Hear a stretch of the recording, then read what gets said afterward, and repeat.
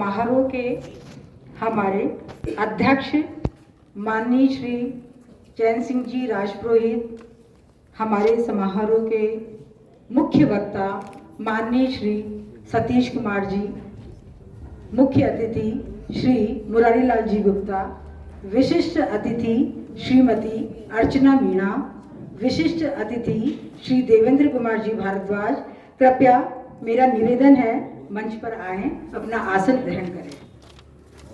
सभी अतिथियों से निवेदन है कि वे मंच पे आएं और अपना आसन ग्रहण करें। साथियों से निवेदन है कि करतल ध्वनि से हमारे अतिथियों का स्वागत करें।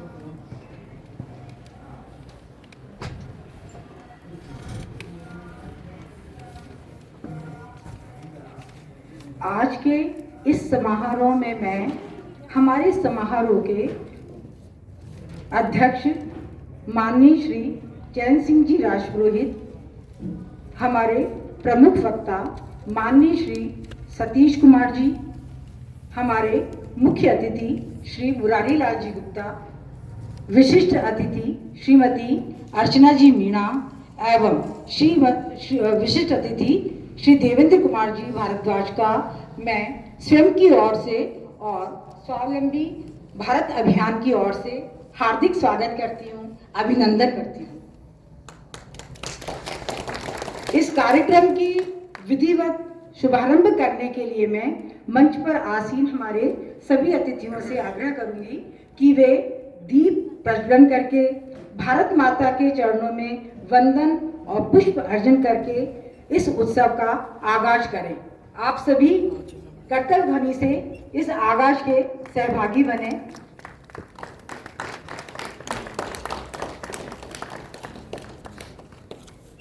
आज का ये उत्सव जिला रोजगार सृजन केंद्र के उद्घाटन का शुभ अवसर है।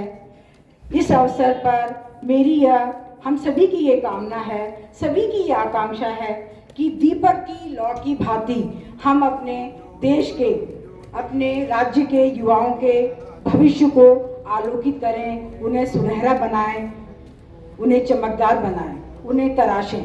इसी शुभकामनाओं के साथ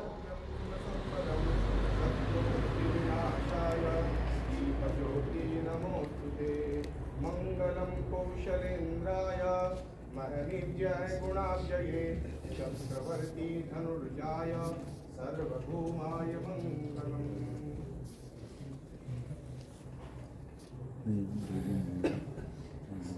श्री कैलाश जी मोड़े जो बहुत ही कर्मठ और समर्पित व्यक्तित्व के धनी हैं, श्री कैलाश जी मोड़े।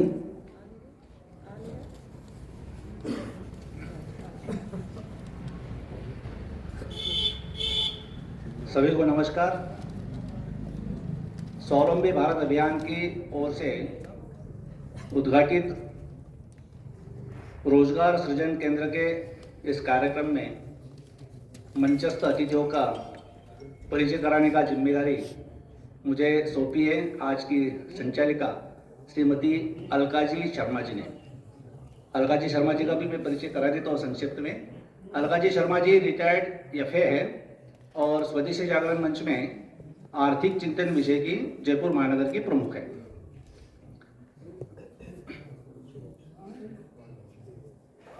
अभी मंचस्थ अतिथियों के परिचय की श्रृंखला में मेरे बाईं ओर मध्य में जो विराजमान है, आप श्रीमान माननीय चैन सिंह जी राजपुरोहित। आप मूलतः पाली जिले के रहने वाले हैं। वर्तमान में आप वैशाली नगर में विराजते हैं। आप बाल्यकाल से संघ के स्वयंसेवक हैं। 35 वर्षों तक आपने राजस्थान पुलिस में सेवा दी है। आप अतिरिक्त पुलिस अधीक्षक पद से सेवा निवृत्त हुए हैं। वर्तमान में आप राष्ट्रीय स्वयंसेवक संघ में जयपुर महानगर के माननीय संघ चालक का दायित्व निभा रहे हैं। आप आज के इस कार्यक्रम की अध्यक्षता करेंगे।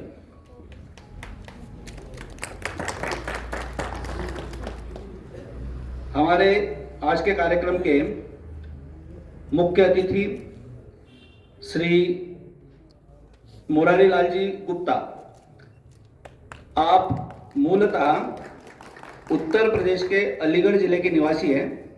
वर्तमान में विश्वविद्यालय पुरी गोपालपुरा रोड पर निवासरत हैं। आपने विद्युत विभाग में कनिष्ठ लिपिक से नौकरी शुरू कर उपनिदेशक ऑडिट के पद से स्वैच्छिक सेवानिवृत्ति ली है। आपके सामाजिक कार्यों में रुचि होने के कारण आप अन्य संगठनों में अध्यक्ष, उपाध्यक्ष, महामंत्री, महासचिव, सदस्य रहकर सामाजिक कार्य करते रहे हैं। आप राष्ट्रीय स्वयंसेवक संघ के स्वयंसेवक भी हैं। वर्तमान में आप अग्रवाल सेवा समिति ट्रस्ट टोंक रोड जयपुर के माननीय अध्यक्ष हैं। आप आज हमारे इस कार्यक्रम में मुख्य अतिथि के नाते उपस्थित हैं। माननीय अध्यक्ष जी के बगल में दाईं तरफ श्रीमान सतीश कुमार जी, आप मूलतः पानीपत हरियाणा के रहने वाले हैं। आपने इलेक्ट्रिकल से इंजीनियरिंग की है। वर्ष 1982 से आप संघ के प्रचारक हैं। आप हरियाणा, पंजाब व जम्मू कश्मीर में संघ के अनेक दायित्वों पर रहे हैं। पंजाब प्रांत के आप सह प्रांत प्रचारक रहे हैं। वर्ष 2013 से आप स्वदेशी जागरण मंच में हैं। आप पर स्वदेशी जागरण मंच के अखिल भारतीय सह संगठक का दायित्व है। आपका केंद्र दिल्ली है। आप आज के इस कार्यक्रम के मुख्य वक्ता रहेंगे।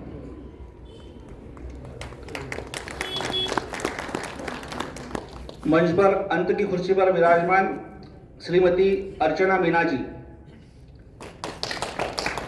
आप होटल अनुरागा पैलेस रणथंबोर सवाई माधोपुर के डायरेक्टर हैं। आप शबरी ऑर्गेनिक फार्म की सीईओ है। स्वदेशी जागरण मंच में आप जयपुर प्रांत महिला कार्य प्रमुख हैं। स्वावलंबी भारत अभियान की आप अखिल भारतीय सह समन्वयक है। आपका निवास सवाई माधोपुर है। आप आज के कार्यक्रम में विशिष्ट अतिथि है। मेरे एकदम बाईं तरफ विराजमान है श्री देवेंद्र जी भारद्वाज। आपका निवास जामडोली में है। आप लेखक एवं उत्कृष्ट कवि है। स्वदेशी जागरण मंच जयपुर प्रांत के आप संयोजक हैं। इनके अतिरिक्त कुछ प्रांत के अधिकारी भी यहाँ पर मौजूद है, स्वावलंबी भारत अभियान के कार्य देखने वाले। मैं उनका भी अल्प सा परिचय यहाँ पर करा देता हूँ। श्री लोकेंद्र जी नरूका इधर खड़े हैं। आपका निवास प्रतापनगर सांगानेर में है। आप स्वावलंबी भारत अभियान के प्रांत समन्वयक हैं एवं स्वदेशी जागरण मंच जयपुर प्रांत के सह प्रांत संयोजक है। श्री महेंद्र जी शर्मा इस तरफ खड़े हैं। आप सह समन्वयक स्वावलंबी भारत अभियान, प्रांत सह समन्वयक स्वावलंबी भारत अभियान एवं प्रांत संघर्ष वाहिनी प्रमुख स्वदेशी जागरण मंच के नाते हमारा मार्गदर्शन करते हैं। कार्यक्रम की अगली श्रृंखला को आगे बढ़ाने के लिए मैं आमंत्रित करता हूं श्रीमती अलका जी बहन जी।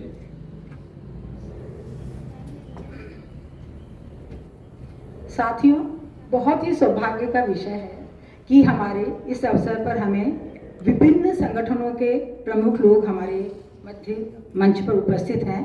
उनके स्वागत के लिए सबसे पहले मैं माननीय अध्यक्ष जो है श्री चैन सिंह जी राजपुरोहित के स्वागत के लिए श्री ओम प्रकाश जी सैनी, जो ग्राहक पंचायत के कार्यालय के मंत्री हैं, उनको मंच पर आमंत्रित करती हूँ।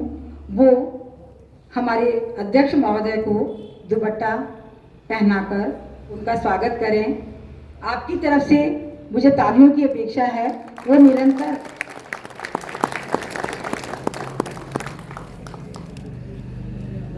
हमारे कार्यक्रम के मुख्य वक्ता माननीय श्री सतीश कुमार जी के स्वागत के लिए मैं श्री धर्मेंद्र जी शर्मा, जयपुर जिला समन्वयक स्वावलंबन भारत अभियान को आमंत्रित करती हूँ कि वे हमारे प्रमुख वक्ता माननीय श्री सतीश कुमार जी को दुपट्टा पहनाकर उनका अभिनंदन करें, स्वागत करें। अगले क्रम में हमारे समारोह के मुख्य अतिथि श्री मुरारी लाल जी गुप्ता के स्वागत के लिए मैं श्री सुशील कुमार जी गुप्ता, जिला संरक्षक भारतीय मजदूर संघ को आमंत्रित करती हूँ कि वे मंच पे आएं और हमारे मुख्य अतिथि का स्वागत करें।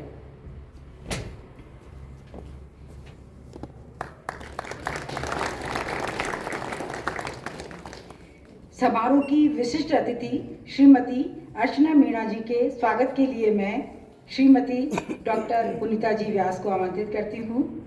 ये हमारी स्वावलंबी भारत अभियान की जयपुर जिला की सह समन्वयक हैं।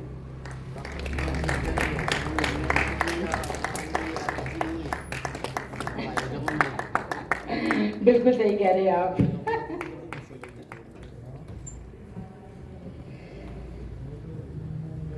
विशिष्ट अतिथि श्री देवेंद्र जी भारद्वाज जी के स्वागत के लिए मैं श्री विष्णु जी गोयल, संपर्क प्रमुख जयपुर महानगर स्वदेशी जागरण मंच को आमंत्रित करती हूँ।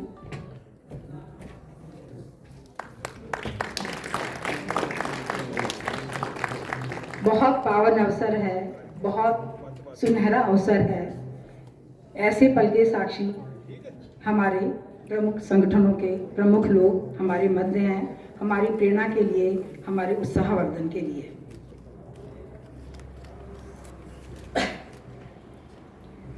अब मैं हमारे मुख्य अतिथि श्री मुरारी लाल जी गुप्ता को 2 शब्द आशीर्वचन कहने के लिए आमंत्रित करते हैं।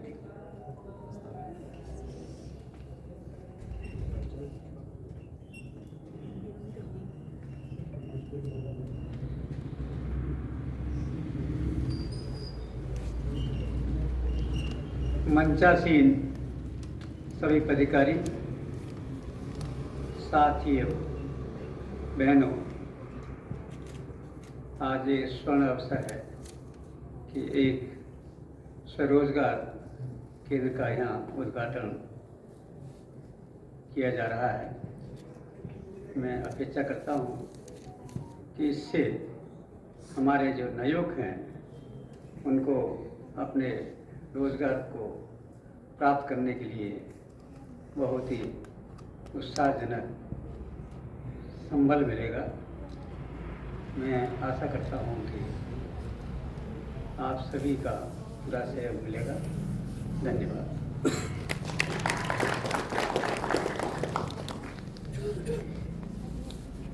साथियों, आप सभी को पता है हमारा देश 15 अगस्त 1947 को स्वाधीन हो गया, किंतु उसके बाद भी मानसिकता की गुलामी में जकड़ा रहा।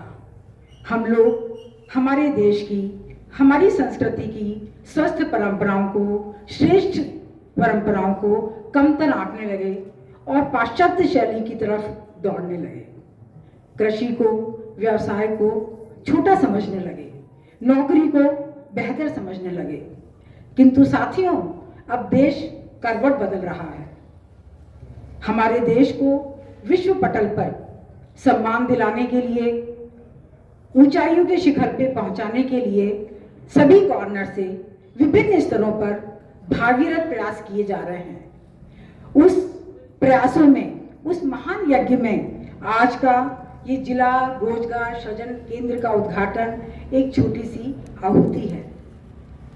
यहाँ साथियों, मैं आपसे एक प्रसंग साझा करना चाहूंगी।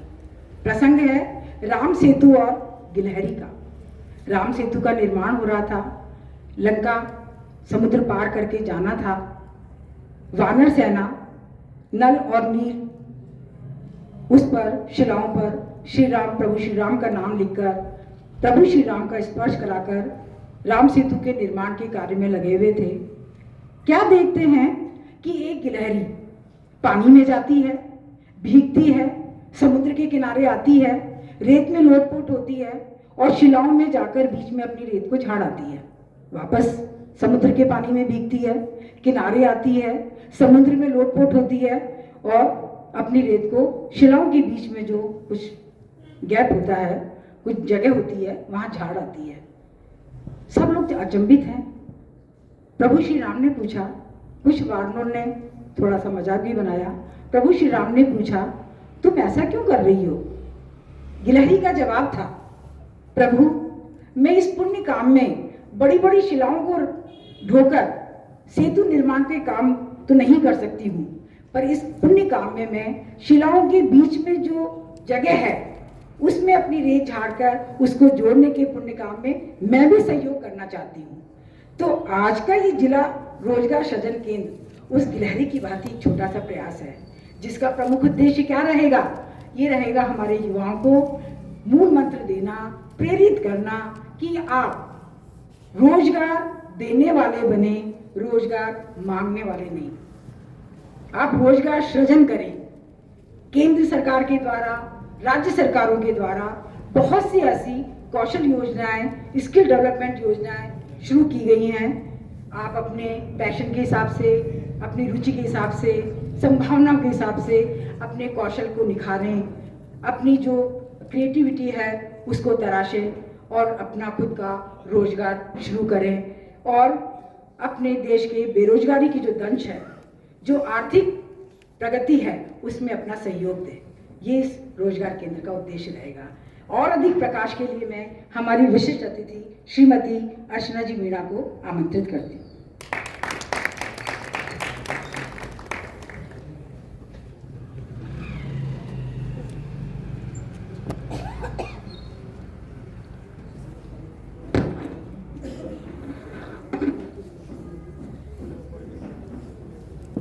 सबसे पहले माँ भारती के चरणों में नमन करती हूँ। हमारे मुख्य वक्ता एवं मार्गदर्शक भाई साहब श्री सतीश कुमार जी, हमारे अध्यक्ष सम्माननीय भाई साहब श्री चैन सिंह जी राजपुरोहित, हमारे मुख्य अतिथि और आज के रोजगार सृजन केंद्र की जगह, उसका स्थान को उपलब्ध करके हमें देने वाले भाई साहब माननीय मुरारी लाल जी गुप्ता, मैं आप सभी को का अभिवादन करती हूँ। हमारे बीच में बैठे हुए स्वदेशी जागरण मंच के और स्वावलंबी भारत अभियान के हमारे प्रांत संयोजक माननीय भाई साहब देवेंद्र जी, हमारे प्रांत समन्वयक माननीय लोकेंद्र जी भाई साहब, बहन अलका जी, बहन पुनीता जी और सामने बैठी हुई मेरे अलावा 8 बहनें। स्वावलंबी भारत अभियान की हमारे बीच में आई हुई बहुत ही हमारी समर्पित और क्षमतावान प्रांत की टोली, प्रांत की टीम के सदस्य और सामने बैठे हुए सभी समर्पित भाव से हमारे इस कार्यक्रम में शामिल होने आए सभी बंधु, मैं आप सभी का बहुत बहुत अभिवादन करती हूँ, स्वागत करती हूँ। माननीय सतीश जी भाई साहब ने बिल्कुल ठीक कहा था कि मैं और देवेंद्र जी भाई साहब, हम आज गेस्ट नहीं हैं, हम मेहमान नहीं हैं, हम आयोजक हैं, क्योंकि हम जयपुर प्रांत की टीम के सदस्य हैं। इस हेतु भी मैं आप सभी का, इस नाते भी मैं आप सभी का बहुत बहुत स्वागत और अभिनंदन करती हूँ। आज का जो कार्यक्रम है ये जिला रोजगार सृजन केंद्र का शुभारंभ है। स्वावलंबी भारत अभियान का एक उपक्रम। स्वावलंबी भारत अभियान क्या है? क्योंकि मैं प्रस्तावना के तौर पे मैं आपको थोड़ी सी एक परिचय स्वावलंबी भारत अभियान का अवश्य देना चाहूँगी कि हमारे देश में आर्थिक, शैक्षिक और सामाजिक संगठनों की पहल का नाम है स्वावलंबी भारत अभियान। हमारे देश में जो असीम बेरोजगारी फैली हुई है, एक ऐसी समस्या जिससे हर देश का हर नागरिक, हर युवा जूझ रहा है। हर परिवार में ये समस्या परिवार के सामने, युवाओं के सामने मुंह बाए खड़ी है। बेरोजगारी एक ऐसी समस्या है जिससे कई सारी कठिनाइयां प्रारंभ हो रही हैं, अपराध निकल के आ रहे हैं, हमारा युवा भटका हुआ है। हम जानते हैं, हम इसी समाज में रहते हैं, हमारा युवा पूरी तरह से नौकरी को ध्यान में रखते हुए अपनी यात्रा शुरू करता है, अपनी स्टडीज करता है, हर तरह की कोचिंग करता है, वो ग्रेजुएट होता है, वो पोस्ट ग्रेजुएट होता है, उसके बाद कोचिंग ज्वाइन करना उसके लिए, उसको पता है कि कॉपी बुक स्टाइल में मुझे यही करना है, क्योंकि उसको परिवार और समाज की भी उससे यही अपेक्षा होती है, उसके माता पिता की भी यही अपेक्षा होती है कि उठो पढ़ो, क्योंकि आपको ये बनना है।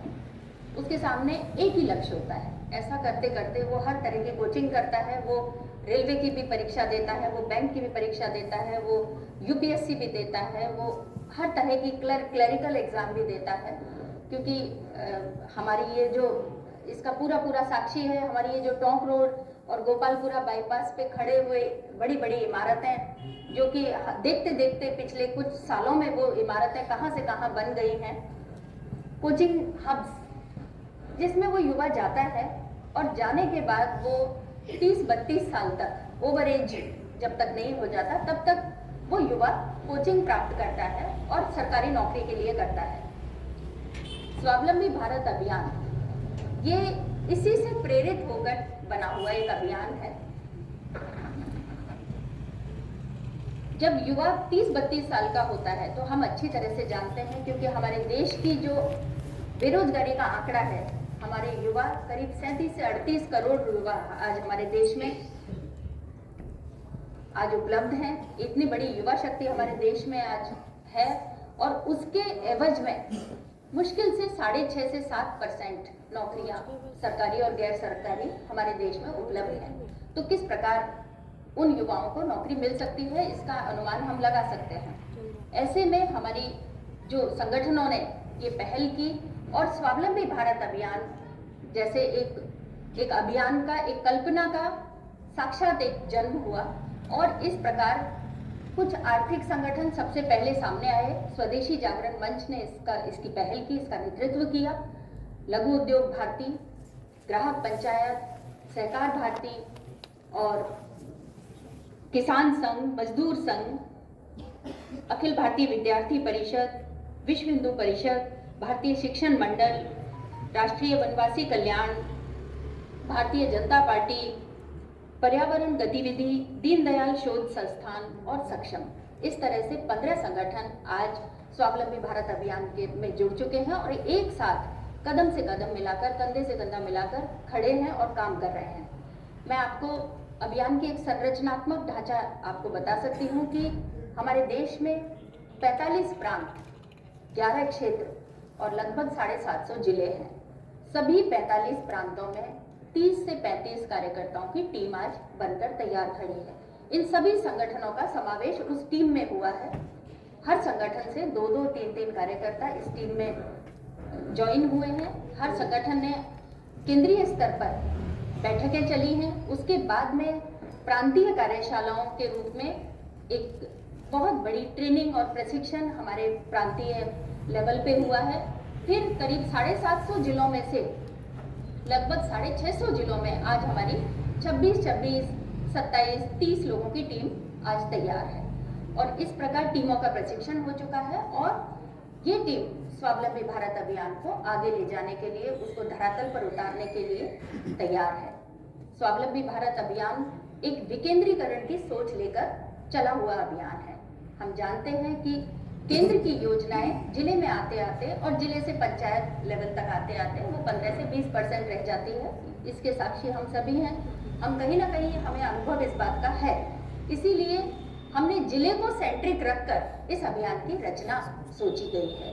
तो ये कुछ मैंने एक स्ट्रक्चरल और स्वावलंबी भारत अभियान का और स्वावलंबी भारत अभियान पर जिस तरह से आज हमने एक रोजगार सृजन केंद्र का उद्घाटन किया है, इस प्रकार पूरे देश में जो 750 जिले हैं, हमारा लक्ष्य है कि पूरे 750 जिलों में हर जिले में एक रोजगार सृजन केंद्र का शुभारंभ हो और वो सक्रिय रूप से युवाओं को मदद के लिए, युवाओं की सहायता के लिए वो रोजगार सृजन केंद्र काम करे। उस रोजगार सृजन केंद्र को सक्रिय बनाने में हम सभी कार्यकर्ताओं का जितना योगदान रहेगा उतना कम होगा। वहाँ एक पूर्णकालिक व्यक्ति होगा, वहाँ एक टीम होगी, जो जिले की जो टीम है उसमें से 3-4 मार्गदर्शक और कुछ ऐसे रहेंगे जो जिला उद्योग केंद्र से योजनाओं के बारे में उन युवाओं को बताएंगे, उनको बैंकों से जोड़ना, उनके प्रोजेक्ट बनाना, इस तरह के काम वहाँ पर होंगे। स्वावलंबी भारत अभियान का एक डिजिटल पोर्टल भी आज तैयार है, mysba.co.in। इस पर आप जा सकते हैं, आप इसको विजिट कर सकते हैं। डिजिटल पोर्टल पर ये एक पूरी तरह से एक इकोसिस्टम के रूप में बनाया है और हमारे राजस्थान के अजमेर के माननीय RS चोयल जी, राधेश्याम जी चोयल जी, उनकी टीम ने इस वेबसाइट को तैयार किया है। इस वेबसाइट पर सभी प्रकार के, किस प्रकार हम मेंटर्स का सहयोग ले सकते हैं, किस प्रकार हम काउंसलर्स का सहयोग ले सकते हैं, किस तरह से हम योजनाओं का फायदा उठा सकते हैं, कैसे प्रोजेक्ट बनाए जा सकते हैं, इस तरह के कई आयाम, इंटर्नशिप हमको कहाँ मिल सकती है, हम कैसे एंटरप्रेन्योर बन सकते हैं, कैसे हम स्टार्टअप शुरू कर सकते हैं, इसकी संपूर्ण जानकारी हमारे इस डिजिटल पोर्टल पर रहेगी। ये जो वेबसाइट है, ये इसकी प्रक्रिया अभी चल ही रही है, इसमें बहुत सारे आयाम और जुड़ना बाकी है। मैं एक और बात आप सभी से कहना चाहूँगी, क्योंकि मातृशक्ति के रूप में आज हम 8 या 9 बहनें हम हैं, हालांकि संख्या बहुत कम है, लेकिन हम 8 या 9 बहनों की यदि एक सोच ऐसी बन जाए, या हम सभी बंधुओं की ये सोच ऐसी बन जाए कि जितना ज़्यादा हम मातृशक्ति को इस अभियान में इन्वॉल्व करेंगे उतना ही अच्छा होगा। मैं एक छोटी सी बात आपको अनुभव के तौर पे बताना चाहूँगी कि यदि घर में बच्चा किसी की बात नहीं सुनता, बेटा या बेटी किसी की बात नहीं सुनते, तो उनके पिता हमेशा अपनी पत्नी से बोलते हैं कि जरा आप समझाओ, माँ की बात मान लेगा। और ये हर घर में हम सभी का अनुभव है। इसीलिए हम ये चाहते हैं कि स्वावलंबी भारत अभियान से मातृशक्ति अच्छी संख्या में, पूरी क्षमता के साथ, पूरी मजबूती के साथ जुड़े और युवाओं का एक सोच, उनकी सोच में बदलाव लाए, समाज में एक भाव जागरण हो स्वरोजगार और उद्यमिता के प्रति।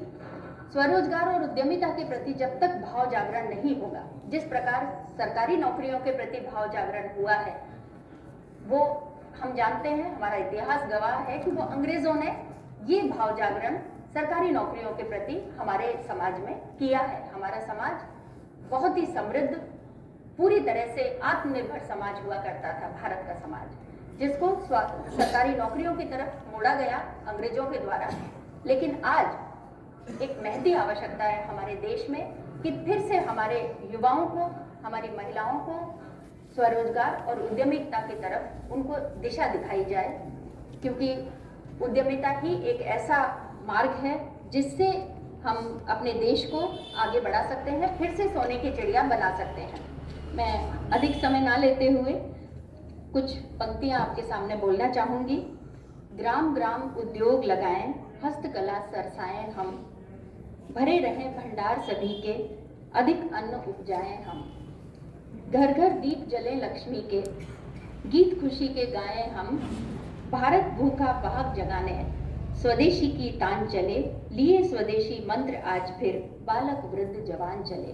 मैं इन्हीं पंक्तियों के साथ आप सभी को बहुत बहुत शुभकामना देती हूँ और ये मेरा एक निवेदन आप सभी से रहेगा कि हम इस कार्यक्रम के बाद जब जाएं तो एक संकल्प हमारे मन में लेके जाएं, क्योंकि हम सभी के मन में एक बात आती है जब हम किसी कार्यक्रम से वापस जाते हैं कि मैं क्या कर सकता हूँ, मैं अकेला क्या कर सकता हूँ या मैं अकेली क्या कर सकती हूँ। लेकिन मेरा ये मानना है कि यदि आप जहाँ रहते हैं, अपनी बस्ती या अपने समाज या अपने पड़ोस के 5 घर इधर और 5 घर इधर को भी यदि आपने भाव जागरण कर दिया, तो निश्चित रूप से ये आपका बहुत बड़ा योगदान रहेगा। अपने परिवार को और अपने समाज को, अपने पड़ोस को, अपने रिश्तेदारों को स्वरोजगार और उद्यमिता की राह दिखाएं। यही एक शुभकामना देते हुए मैं अपनी वाणी को विराम देती हूँ। धन्यवाद।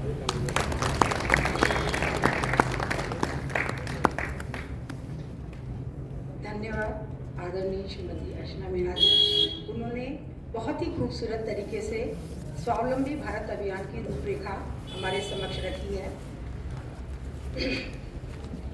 परिंदों को मंजिल मिलेगी यकीनन, परिंदों को मंजिल मिलेगी यकीनन, ये फैले हुए उनके पंख बोलते हैं। जो लोग खामोश रहते हैं अक्सर, जमाने में उनके हुनर बोलते हैं। आज इस समारोह में हमारे समक्ष, हमारे मध्य कतिपय जिन्होंने स्वरोजगार की तरफ अपना रुख करा और अपने समाज में स्थान बनाया उपस्थित हैं। उनके स्वागत के लिए, सत्कार के लिए मैं श्री कैलाश जी मोरे को आमंत्रित करती हूँ कि वो आएं और ऐसे लोगों का उत्साहवर्धन करें जो कि दूसरों के लिए भी, उनके हौसला अफजाई के साथ साथ वो दूसरों के लिए भी प्रेरणा का स्रोत बने। श्री कैलाश जी मोरे।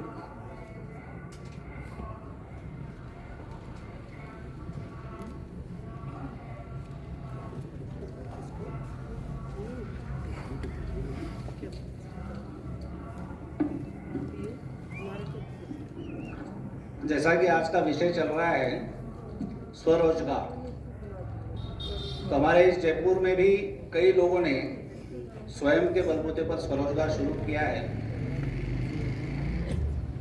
पढ़ाई लिखाई अच्छी की, सब कुछ किया, लेकिन उसके बाद कोई नौकरी ढूंढे, ये करे वो करे, उसका इंतजार न करते हुए स्वयं का रोजगार शुरू किया।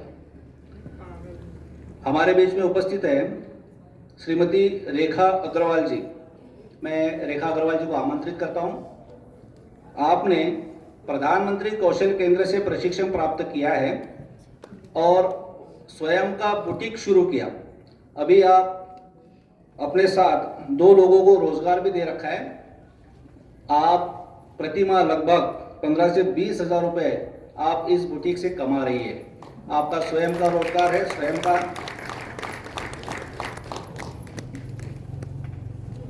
आप सभी तालियां बजाकर इनका स्वागत करें।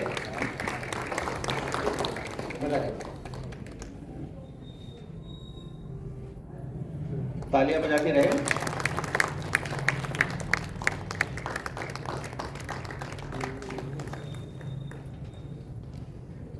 हमने अभी कुछ और लोगों को बुलाया था। श्री विशाल जी शायद अभी पधारे नहीं हैं। विशाल जी आ गए। विशाल जी, विशाल कुमार यादव।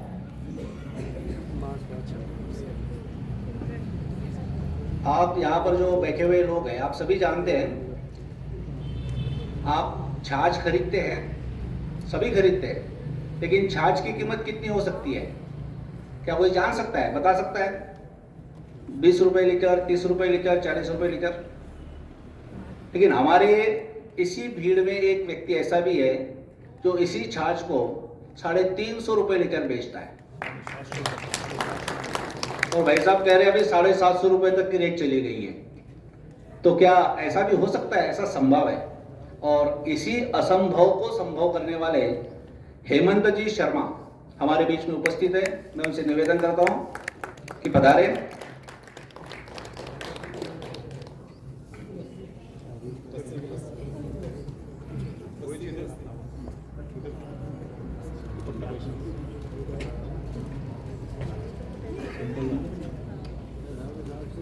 तालियों उसका गड़गड़ाहट होनी चाहिए। मैं हेमंत जी से निवेदन करूंगा कि आपकी सक्सेस स्टोरी का कुछ थोड़ा सा अंश हमें भी बताएं कि आपने ये सब उपलब्धि कैसे हासिल की। श्री हेमंत जी।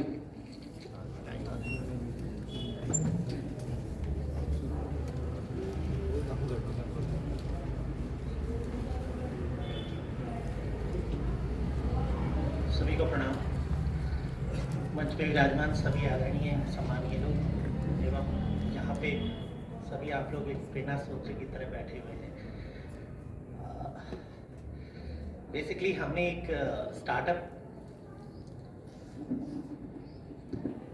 स्टार्टअप पर हम लोग काम कर रहे हैं। अभी कमर्शियली उसे लॉन्च नहीं किया गया, बहुत जल्दी लॉन्च होगा।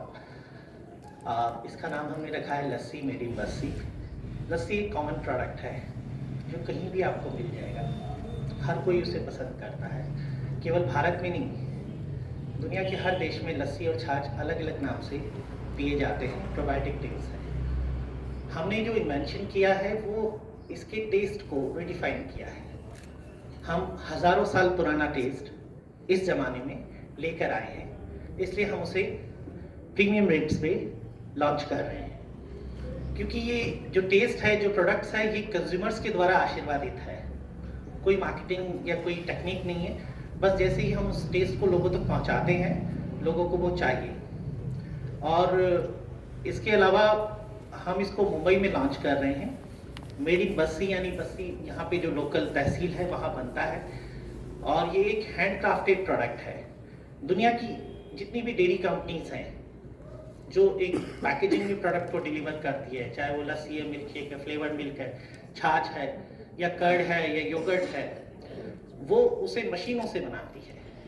होता तो वो गाय या भैंस के दूध से ही है, पर वो उसका जो प्रोसेस है वो मशीन से करती है। हमने इसे हैंड क्राफ्टेड बनाया है, इसलिए इसके टेस्ट अलग है, इसकी फील अलग है, कुछ इंग्रेडिएंट्स में भी चेंजेस किए हैं। तो अल्टीमेट जो है किसी भी स्टार्टअप का या किसी भी स्वरोजगार का जो मूल सफल होने की कुंजी है वो ये है कि आप कुछ अलग बनाइए। किसी ने कहा है ना कि नौकरी न कीजिए बंदा, घास खोद खाइए और खोदे आसपास आप दूर जाइए।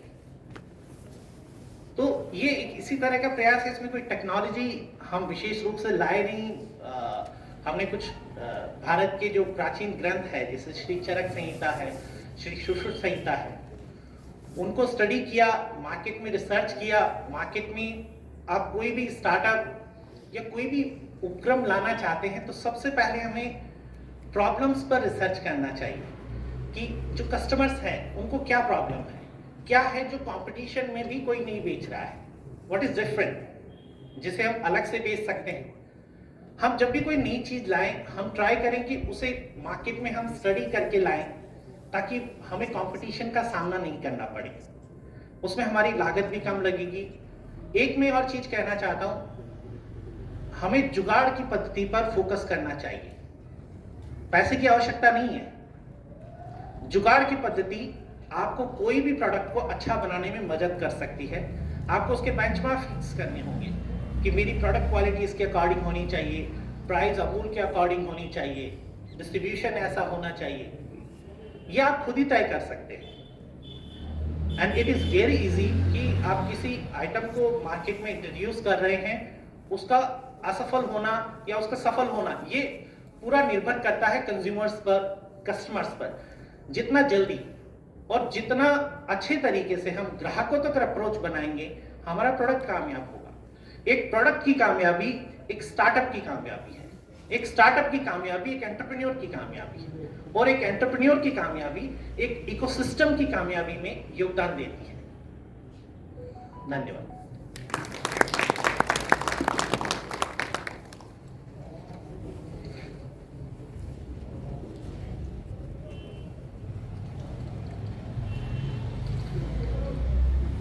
इस जिला रोजगार सृजन केंद्र पर समय देने वाले भी काफ़ी लोग हैं, जिसमें से कुछ लोगों के तो मेरे पास परिचय भी आ गई है।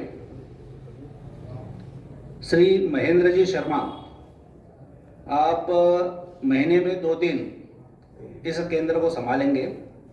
महेंद्र जी शर्मा हमारे प्रांत के सह समन्वयक है स्वावलंबी भारत अभियान के और प्रांत के स्वदेशी जागरण मंच के संघर्ष वाहिनी प्रमुख हैं।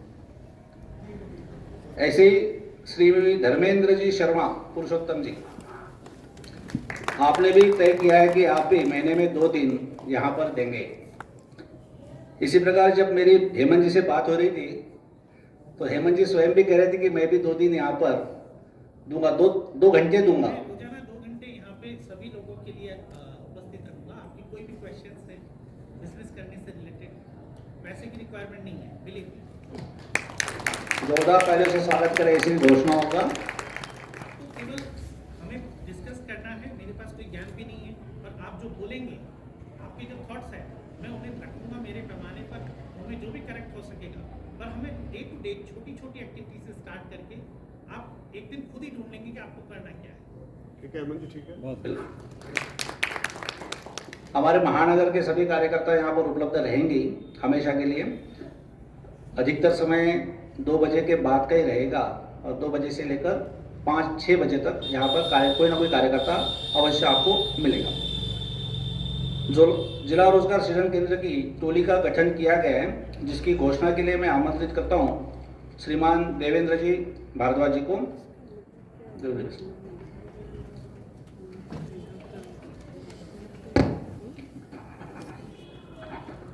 धन्यवाद कैलाश जी। ये जो केंद्र का उद्घाटन तो आज हो गया, लेकिन इसको नियमित चलाने के लिए एक टोली की जरूरत होगी जो यहाँ पर नियमित समय दे। उसके लिए संयोजक के नाते जो हमारे महानगर के संपर्क प्रमुख हैं श्रीमान विष्णु जी गोयल वो रहेंगे, और इस टोली में सदस्य के नाते श्रीमान विनोद जी शर्मा सह महानगर संयोजक, श्री महेश जी शर्मा, बसंत जी अग्रवाल, श्रीमती अलका जी शर्मा जो संचालन कर रही हैं दीदी, मोहित जी शर्मा सह महानगर संयोजक अपने, डॉक्टर पुनीता जी व्यास महानगर महिला कार्य प्रमुख हैं, और राहुल जी। ये करके ऐसे कार्यकर्ताओं की टोली बनी है। ये टोली इस रोजगार सृजन केंद्र का संचालन करेगी। आप सभी को शुभकामनाएं भी है और स्वागत भी है। आप सभी ताली बजाकर इनका स्वागत कर दें। इसी क्रम में आपको थोड़ी देर पहले जब बैठे थे कार्यक्रम शुरू होने से पहले तो एक विचार पत्रक मिल गया था। उससे पढ़ने के बाद आपको पता चलेगा स्वावलंबी भारत अभियान की आवश्यकता क्यों पड़ी। इस स्वावलंबी भारत अभियान को ये विषय भी आ गया है, अर्चना दीदी ने बहुत अच्छी तरह भूमिका उसकी बना दी है। उसको जो कार्यकर्ता, हम जो कार्यकर्ता समाज में प्रबोधन के लिए जाने वाले, उसके लिए एक पुस्तक लिखी थी, पुनः बनाए भारत महान। हमारे बीच मध्य में विराजमान हैं माननीय सतीश कुमार जी, राष्ट्रीय सह समन्वयक, जिनका पूरा जीवन भारत माता की सेवा में समर्पित रहा है। परिचय में पता चली गया। आप बहुत बड़े लेखक भी हैं और स्वदेशी से संबंधित मैं सोचता हूँ 15-20 से ज़्यादा पुस्तकें आप लिख चुके हैं। जो भी कोई अभियान आता है, अभियान से संबंधित तुरंत मटेरियल आप तैयार करते हैं, उसको लिखते हैं। कार्यकर्ताओं के लिए वो एक मील का पत्थर साबित होता है, वो अपने प्रबोधन में उसका उपयोग कर सकें। उसी क्रम में ये तो हिंदी में थी, अभी अंग्रेजी में एक पुस्तक है, इग्नाइटिंग 37 करोड़ ग्रोथ इंजन्स, यानी जो 37 करोड़ युवा हमारे युवा आबादी है उसको प्रेरित करने के लिए वही स्वावलंबी भारत अभियान का जो उसमें मैटर मिलेगा अपन को। उस पुस्तक के विमोचन के लिए आज मैं इस मंच पर सौभाग्य से हमारे महानगर के संघ चालक माननीय चैन सिंह राजपुरोहित उपस्थित हैं। उनसे आग्रह करूंगा आज इस पुस्तक का विमोचन करके और उसको हम सभी कार्यकर्ताओं के लिए प्रकाश करें।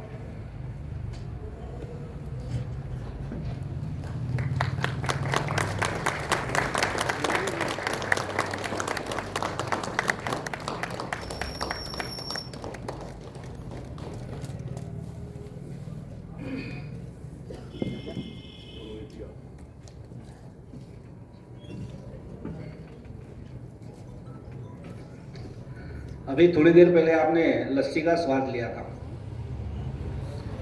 अभी आपको हम चाय का स्वाद दिलाते हैं। चाय का स्वाद दिलाने के लिए मैं आमंत्रित करता हूं रोहित जी। पधारिए रोहित जी। रोहित जी का स्वागत भी करेंगे और उनसे 2 शब्द भी सुनेंगे।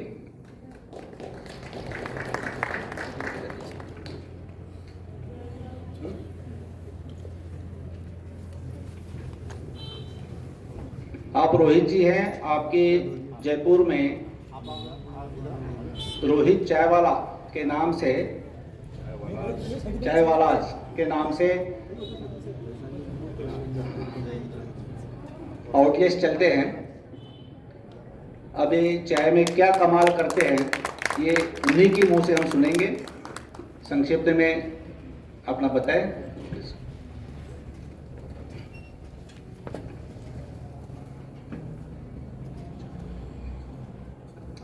नमस्कार।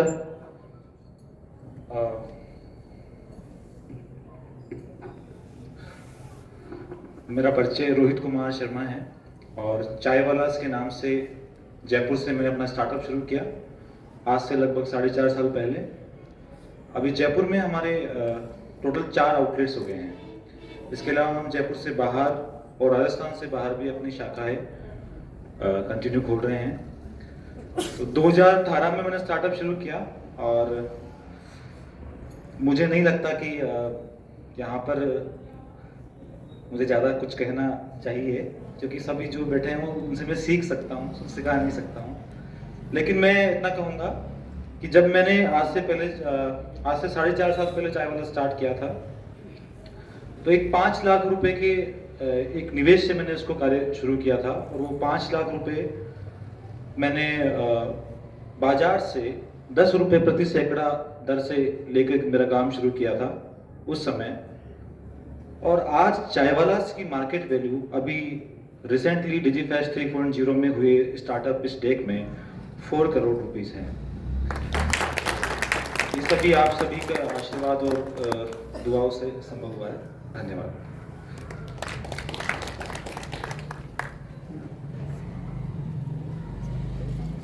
चाय अलग, एक सवाल है जी, आपकी चाय अन्य चाय से अलग कैसे होती है, उसकी बता दीजिए, क्या रेट है? हमने जब चाय वाला स्टार्ट किया तो उससे पहले जी मैं वही बता रहा हूँ। तो उससे पहले एक रिसर्च मैंने की।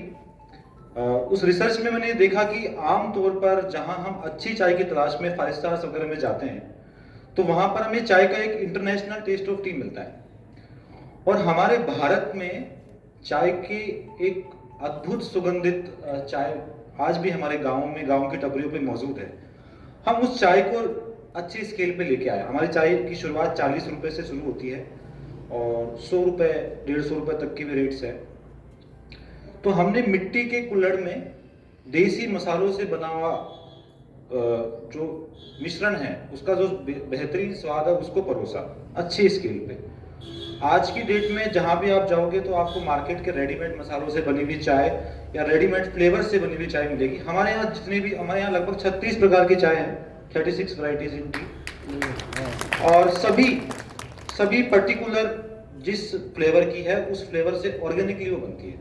तो हमने ऑर्गेनिक टी को एक कैफेटेरिया में लॉन्च किया, जो कि अभी हमारे कॉम्पिटिटर्स में किसी के पास में भी नहीं है। सभी फ्लेवर टी जैसे कि गिरनार और काफी सारी ऐसी कंपनीज है उनकी यूज करते हैं। तो हमने कुछ इस तरह डिफरेंट किया। Thank you.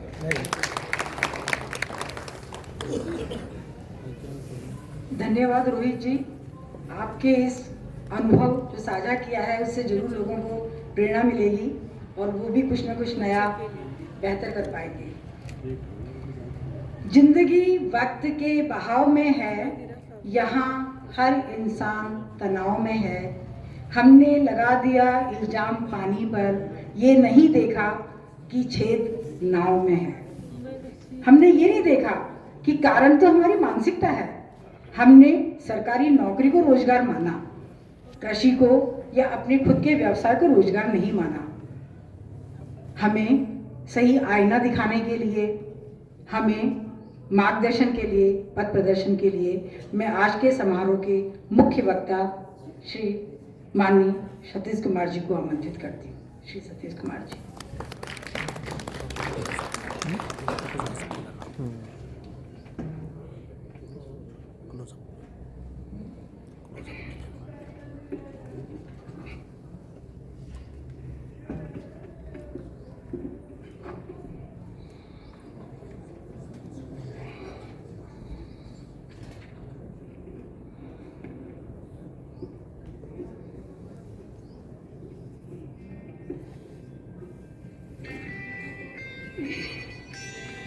चलिए जरा मेरे पीछे उद्घोष लगा देंगे। भारत माता की जय, भारत माता की जय। मैं बोलता हूँ जय स्वदेशी, सब लोग बोलेंगे जय जय स्वदेशी, जय स्वदेशी, जय जय स्वदेशी, जय स्वदेशी, जय जय स्वदेशी। मैं बोलता हूँ जब बाजार जाएंगे हम सब बोलेंगे सामान स्वदेशी लाएंगे।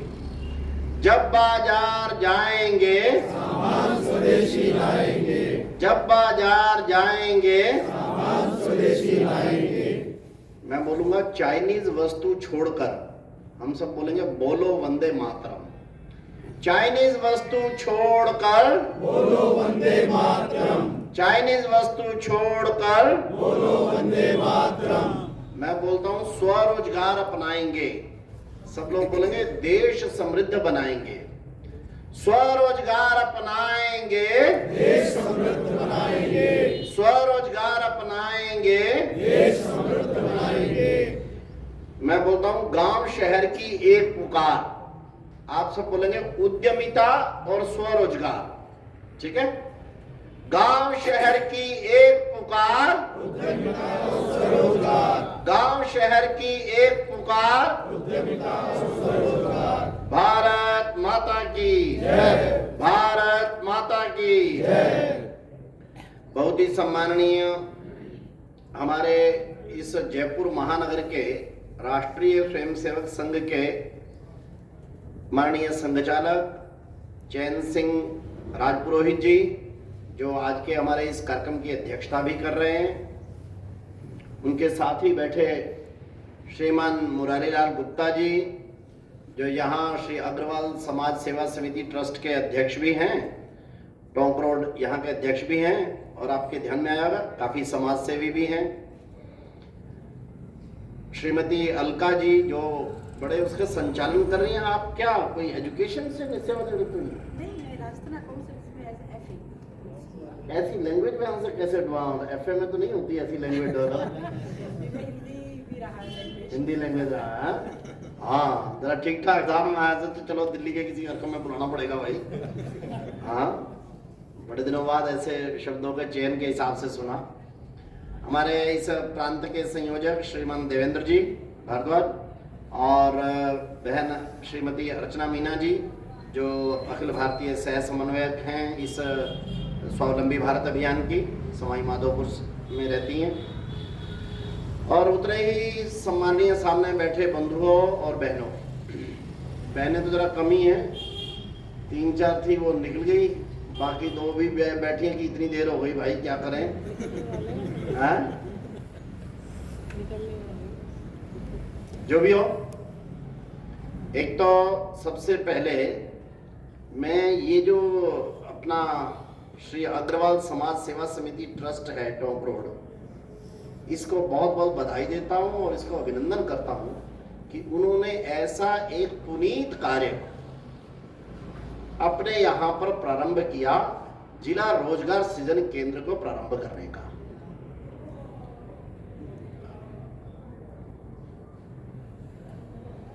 कारण क्या है कि हम सब लोग जो करते हैं समाज में, कोई प्यासा हो उसको पानी पिलाने का काम करना, ये कैसा काम है? पुण्य का काम है। बहुत लोग करते हैं, क्या वो केंद्र खोले होते हैं, बाग खोले होते हैं। भूखे लोगों को भोजन कराना, वो कैसा है? पुण्य का काम। बहुत सी अन्नशालाएं खोलते हैं लोग, जगह जगह पर बनाते हैं। रात को जिन लोगों को ओढ़ने का कपड़ा नहीं होता, उनको लोग कंबल उड़ाते हैं, दूसरा कपड़ा देते हैं, वो कैसा काम है? पुण्य का काम। कई जगह मैं देखता हूँ आंखों फ्री आंखों के ऑपरेशन लगते हैं, आंखों को कोरोना वगैरह रहता है, कोरोना क्या है, मोतियाबिंद का जो रहता है, तो उसका क्या नाम है, ऑपरेशन वगैरह के लिए फ्री कैंप लगाते हैं। कैसा काम है? लेकिन अगर इन 4-5 सहित कोई काम करता हो और ये 4-5 के योग्य उस व्यक्ति को ही बना देता हो कि वो अपने पानी, अपने भोजन, अपने ऑपरेशन, अपने उसका सब प्रकार का काम कर सके, वो कैसे पुनीत काम होगा? तो ऐसे एक महान पुण्य का काम हमारे श्री मुरारीलाल गुप्ता जी के नेतृत्व में श्री अग्रवाल समाज सेवा समिति ट्रस्ट टोंक रोड ने करने का निर्णय किया है। इसलिए मैं कह रहा हूं इनका बहुत बहुत अभिनंदन होना चाहिए। और ऐसे नहीं, ये और जो भी समिति है जिन्होंने यहाँ पर समय देने का, उन्होंने समय देने का तय किया है, या और बाकी कुछ इसके लिए आवश्यक संसाधन वगैरह भी जुटाने होंगे, उसका भी जो काम करेंगे, इनके लिए एक बार स्टैंडिंग ओवेशन में खड़े होकर जरा, केवल मुरारीलाल जी बैठे रहेंगे, उनका तो अभिनंदन हमने करना है। भारत माता की जय।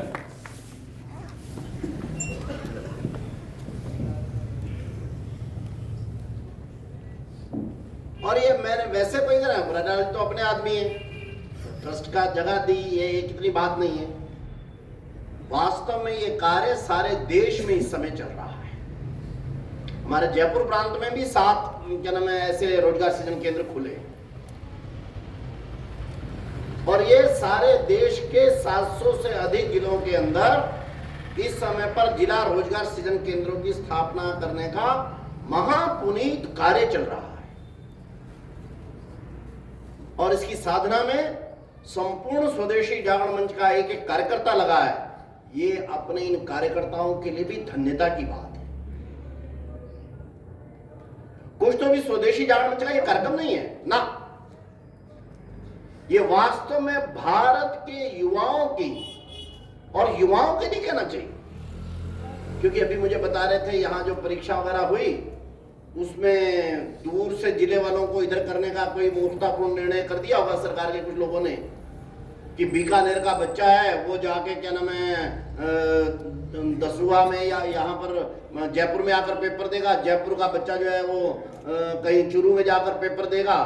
किया होगा कि इन्होंने फैसला, जिनको वो रहता नहीं है, जिनको जो भी करते होंगे क्या निर्णय किया उन्होंने, लेकिन कह रहे थे उसके लिए बच्चे रात रात में घूमते थे, कोई जगह उनको है नहीं ठहरने की, क्या करें। लड़के फिर किसी तरह काट रहे हैं, लड़कियां हैं सवेरे पेपर देना है तो उनका पिता साथ में है, तो कहीं मंदिर के सीढ़ियों पर बैठ कर रात गुजार रहे हैं कि सवेरे बच्ची को पेपर दिलाना है। क्यों? ऐसे उनको जिनके रोजगार के लिए अपनी बच्ची मेरी कहीं पास हो जाए और कल को कहीं लग जाए तो इसका जीवन बन जाए, पिता भी उसके साथ साधना कर रहा है। ऐसे में कोई काम, कोई व्यक्ति, कोई संस्था या कोई बाकी कोई ऐसे उन बच्चों के लिए कोई रोजगार की कोई प्रक्रिया बनाने को कुछ सुझाव दे, उनमें सहायता करे, उनमें सहयोग कर दे, कितना बड़ा पुण्य का काम है। स्वदेशी ने इसको एक साधना के नाते से लिया कि संपूर्ण भारत में जो युवाओं की और उनके माता पिता का जो दर्द है, यानी जिस बच्ची का पिता रात को आकर किसी मंदिर के थड़ी पर इकट्ठा बैठे सोता है बच्ची के साथ क्योंकि उसको सवेरे पेपर दिलाना है, उसकी पीड़ा दूर करने के लिए कोई अगर प्रयत्न होता है तो ये हम स्वदेशी के लिए वो नहीं, देशभक्ति का एक कार्य है, समाज भक्ति का एक कार्य है। इसी भाव भावना से ही संपूर्ण देश में हम लोग रोजगार सृजन केंद्रों की स्थापना में लगे, क्योंकि हमारे को मालूम है इस समय पर देश में भूखे के लिए अन्न की व्यवस्था करना इतना वो नहीं है, इस समय व्यवस्था हुई है। आवश्यकता क्या है उनकी?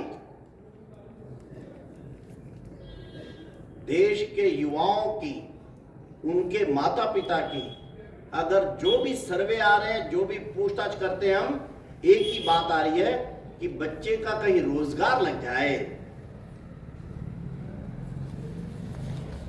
बच्चे रात के 2-2 बजे तक पढ़ते हैं, रात के 1-1, 2-2 बजे तक बच्चा पढ़ता है, बच्चा नींद में वो जल्दी सो ना जाए या उसका मन लगा रहा है इसके लिए मां साइड में बैठी, उसको कोई पढ़ाई नहीं करनी है। मेरी बच्ची या बेटा मेरा क्या नाम रात को उसको नींद ना आ जाए इसके लिए वो साथ में बैठी है। लेकिन विशेषकर भारत में इस समय पर रोजगार की इतनी दिक्कत है और जिनका नहीं है उनको ये ज्यादा महसूस होती है, जिनको नहीं है उनको केवल जानकारी है। जितने सर्वेक्षण करवाए गए हैं उन सब सर्वेक्षण में इंडिया टुडे ने पीछे एक सर्वेक्षण किया, 6 समस्याएं लिखी, भ्रष्टाचार, बेरोजगारी, पर्यावरण, सामाजिक विषमता, आतंकवाद और स्वच्छता। कहा कि इनमें आप सबसे अधिक किस कठिनाई को मानते हो, सबसे बड़ी समस्या, भारत की सबसे बड़ी आवश्यकता किसको मानते हो? 39% के एक तरफा जवाब के साथ भारत में बेरोजगारी की समस्या को सबसे पहली रोजगार समस्या माना। महंगाई भी नंबर 2 पर थी।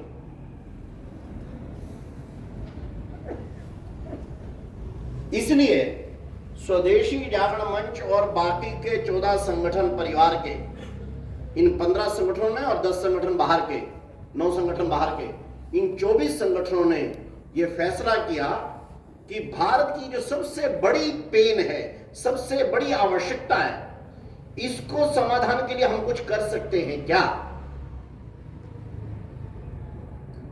और जयपुर में उसी समस्या के समाधान का एक केंद्र आज यहां पर उद्घाटित हुआ है और हम सब लोग मिलकर के इस समस्या के समाधान को, इस रोजगार सृजन को, केंद्र को चलाने वाले हम सब कार्यकर्ता यहाँ पर उपस्थित हैं। इसलिए मैं आपका और मुरारी लाल जी के अभिनंदन की बात शुरू से करूँ।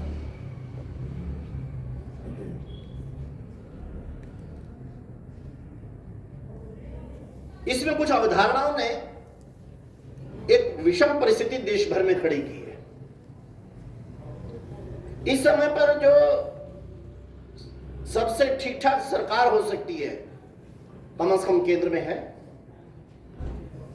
इस समय पर भारत की विकास दर, आर्थिक विकास दर 7% से अधिक के साथ विश्व के G20 देशों में सर्वाधिक चल रही है। हमारे साथ साथ थोड़ा सा पीछे इस समय सऊदी अरेबिया है, वो ऑयल के कारण से रहता है, बड़ा छोटा देश है। मुश्किल से मेरा ख्याल है कि 650-700 बिलियन डॉलर के आसपास उसकी इकॉनमी है, और वो भी तेल के कारण से है।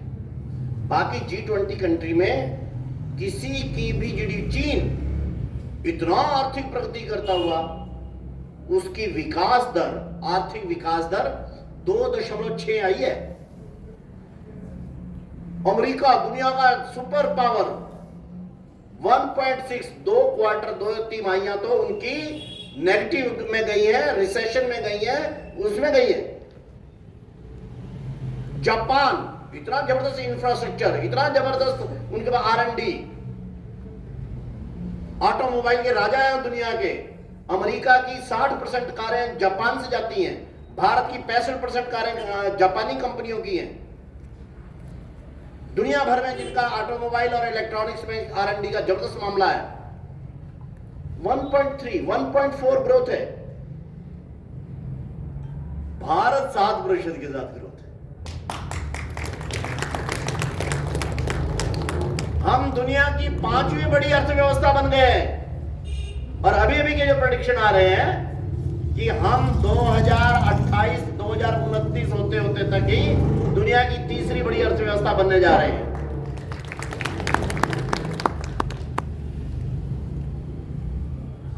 केंद्र सरकार ने जिस ढंग से सारे देश की आर्थिक नीतियों को मोड़ा है, इंफ्रास्ट्रक्चरल चेंजेस किए हैं, वो अद्भुत है, ऐतिहासिक है। हम सबको जानकारी इसलिए नहीं हो सकती क्योंकि वो मामले जरा ऐसे हैं, जरा अलग प्रकार के। लेकिन यह भी सच है कि भारत इस समय पर 7.6, 7.8, 8% या 8% से ऊपर की बेरोजगारी दर से भी निकल रहा है। और उसका कारण क्या? कारण है भारत की लार्ज जनसंख्या। Every month 9 lakh youth is coming to the job market. 9 lakh युवा भारत में 18 वर्ष की आयु पार कर जाते हैं। इकोनॉमिक्स की भाषा में इसको बोलते हैं 9 lakh youth is coming to the job market.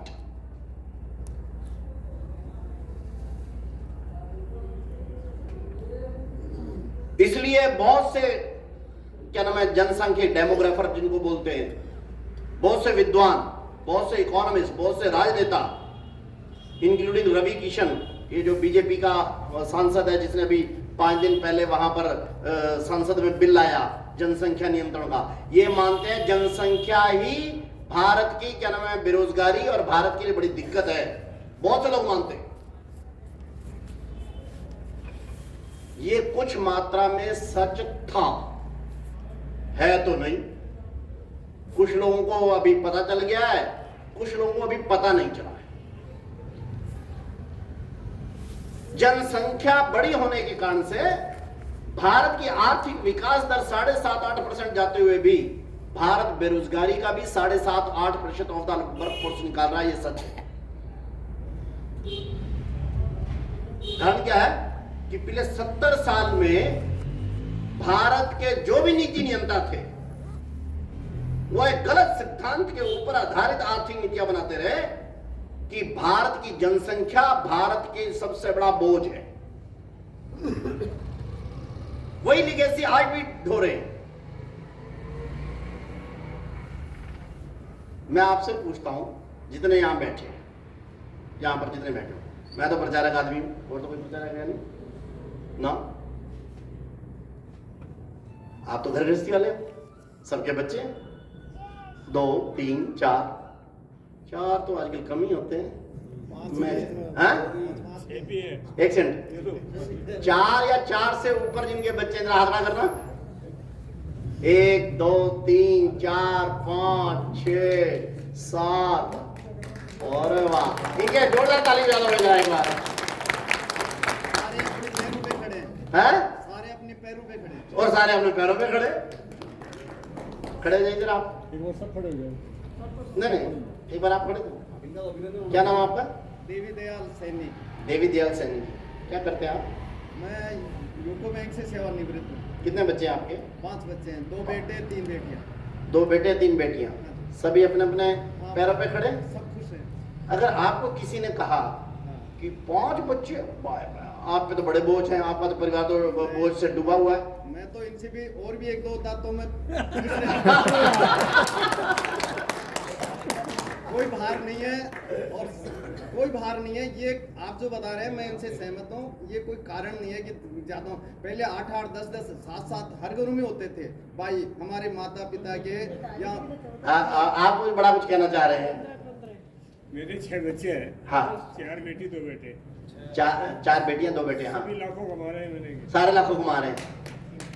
अगर एक से मैं पूछता हूँ, कोई अगर तुम्हारे 6 बच्चे बड़े बोझ हैं आप पे, तो आप तो परेशान हो गए होंगे। कभी बोझ हुआ नहीं, और मैंने कभी किसी बच्चे को नहीं कहा तू पढ़, जिंदगी में कभी नहीं आया तू पढ़, क्या कर रहा है ना, कभी नहीं कहा। हाँ, और वो पढ़ लिख गए, सारे ठीक हो गए। पकड़े हुए, और उनके भाग्य का खर्चा भी भगवान ने देते रहे और आता रहा, कभी कभी नहीं आई। आप दोहरा दो, आपके बच्चे आपके ऊपर बोझ हैं कि नहीं है? बोझ कहेगा, मैं उन पे बोझ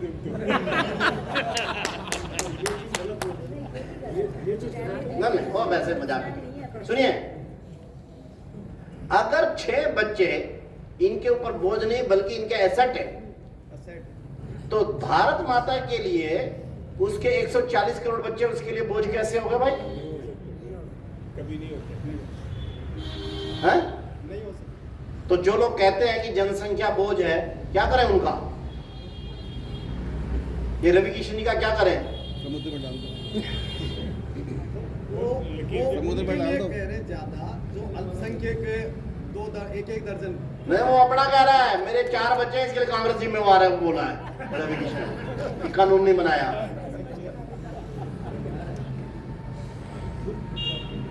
ध्यान करिए, आप सब लोग इतने जिम्मेदार नागरिक बैठे हैं, मैं एक गंभीर विषय पर आज चर्चा कर रहा हूं। जब गलत दृष्टिकोण होते हैं तो समाज की क्या स्थिति होती है, और अगर दृष्टिकोण ठीक हो जाता है तो कैसा हो जाता है, इसका वर्तमान की स्थिति उदाहरण है। हमने गलत नैरेटिव, गलत दृष्टिकोण पकड़ लिए, अपने ही बच्चों को, अपनी ही जनसंख्या को बोझ मान के चलाते रहे, इसलिए योजनाओं के प्रकार उल्टे बना दिए। आज वही जनसंख्या भारत की सबसे बड़ी वृद्धि दर की सबसे अनिवार्य शर्त हो गई। दुनिया में अभी तक के सिद्धांत इकोनॉमिस्ट के क्या है कि कहां पर आर्थिक विकास होता है, कहां प्रगति होती है? जहां का इंफ्रास्ट्रक्चर बड़ा जबरदस्त हो, जहां की एजुकेशन बड़ी हाई हो, जहां पर रिसर्च एंड डेवलपमेंट ये बड़ा जबरदस्त हो, ओके, जहां पर इन्वेस्टमेंट बड़ी जबरदस्त हो, ठीक, जहां के सरकार के कायदे कानून नियम वगैरह ये ईज ऑफ डूइंग बिजनेस बड़ा जबरदस्त हो। जापान में क्या है? जापान का इंफ्रास्ट्रक्चर दुनिया का बेस्ट इंफ्रास्ट्रक्चर है। लाख गडकरी प्रयत्न करते रहे, जापान जैसा नहीं बना सकते, कम से कम 10-15 साल हो रहा है।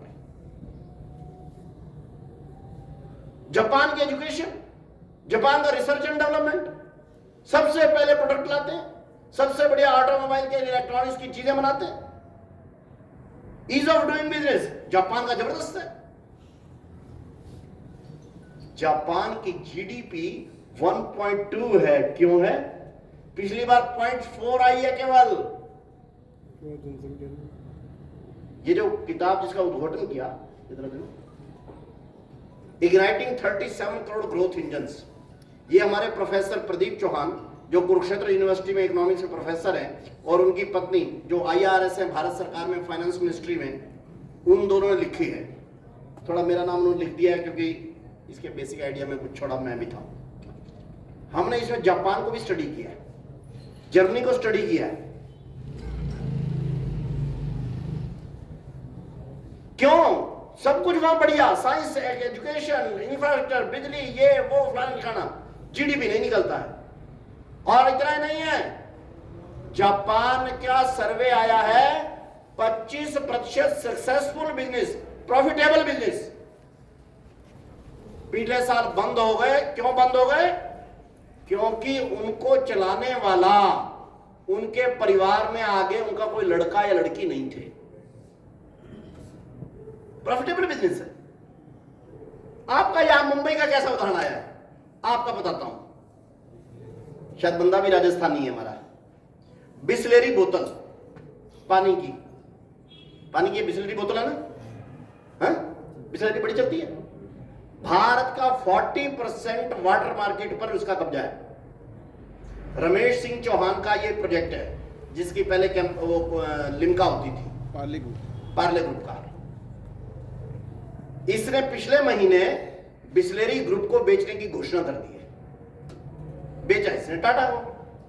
प्रेस कॉन्फ्रेंस हुई, प्रेस कॉन्फ्रेंस करते हुए बताते हुए एक ने पूछ लिया कि आप बेच क्यों रहे हो? बेचने का उत्तर देते हुए रमेश चौहान रो पड़े। क्यों रो पड़े?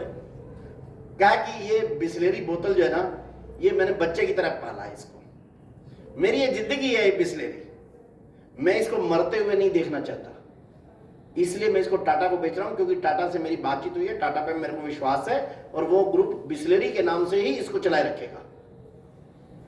लेकिन क्यों?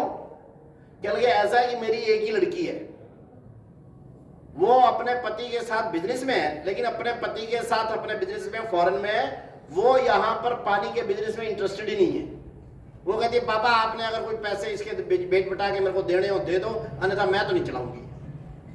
एकमात्र मेरी लड़की है, वो लड़की इसको काम को चलाने में इंटरेस्टेड नहीं है। मैं 76 साल का हो गया हूं, मैं अब और क्या कर सकता हूं? मैंने आगे जिंदगी में करना भी किस लिए है?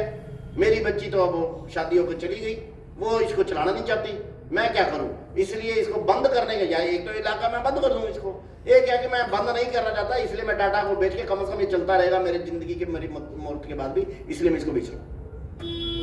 एक लड़की थी इसलिए। अगर इनकी तरह 6 लड़के होते, 6 में से कोई 5 तो कहता पापा मैं चलाऊंगा इसको। प्रॉफिटेबल बिजनेस है।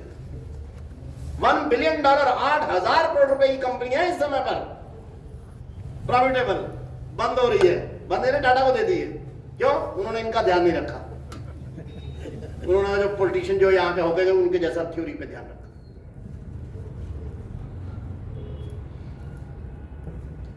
इसलिए भारत की बेरोजगारी का कारण भारत की जनसंख्या नहीं है, इस सिद्धांत को समझ लीजिए।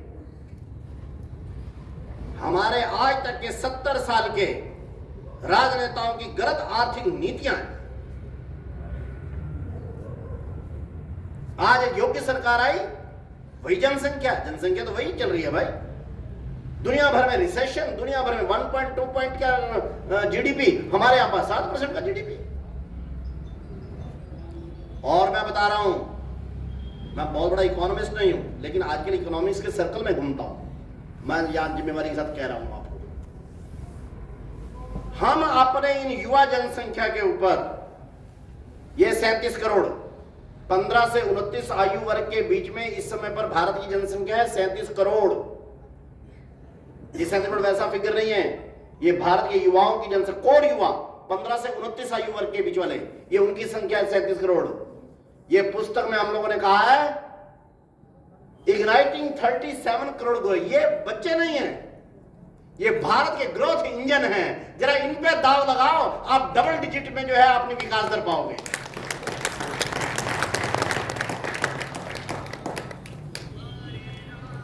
इसमें हमने वही डिस्कस किया है, कैसे कर सकते हैं। ये पुस्तक इस समय ऑनलाइन अवेलेबल है, और मेरे को पता चला खूब बिक रही है, खूब इस पर रिव्यूज और कमेंट्स आ रहे हैं। अभी हमने विधिवत उद्घाटन इसका करना है आज। तो मैं कहा चलो आज जयपुर के इतने सारे लोग आए, हमारे संघ चालक भी उपस्थित हैं, इतने लोग उपस्थित हैं, तो यहां पर इसका एक छोटा विमोचन कर देते हैं।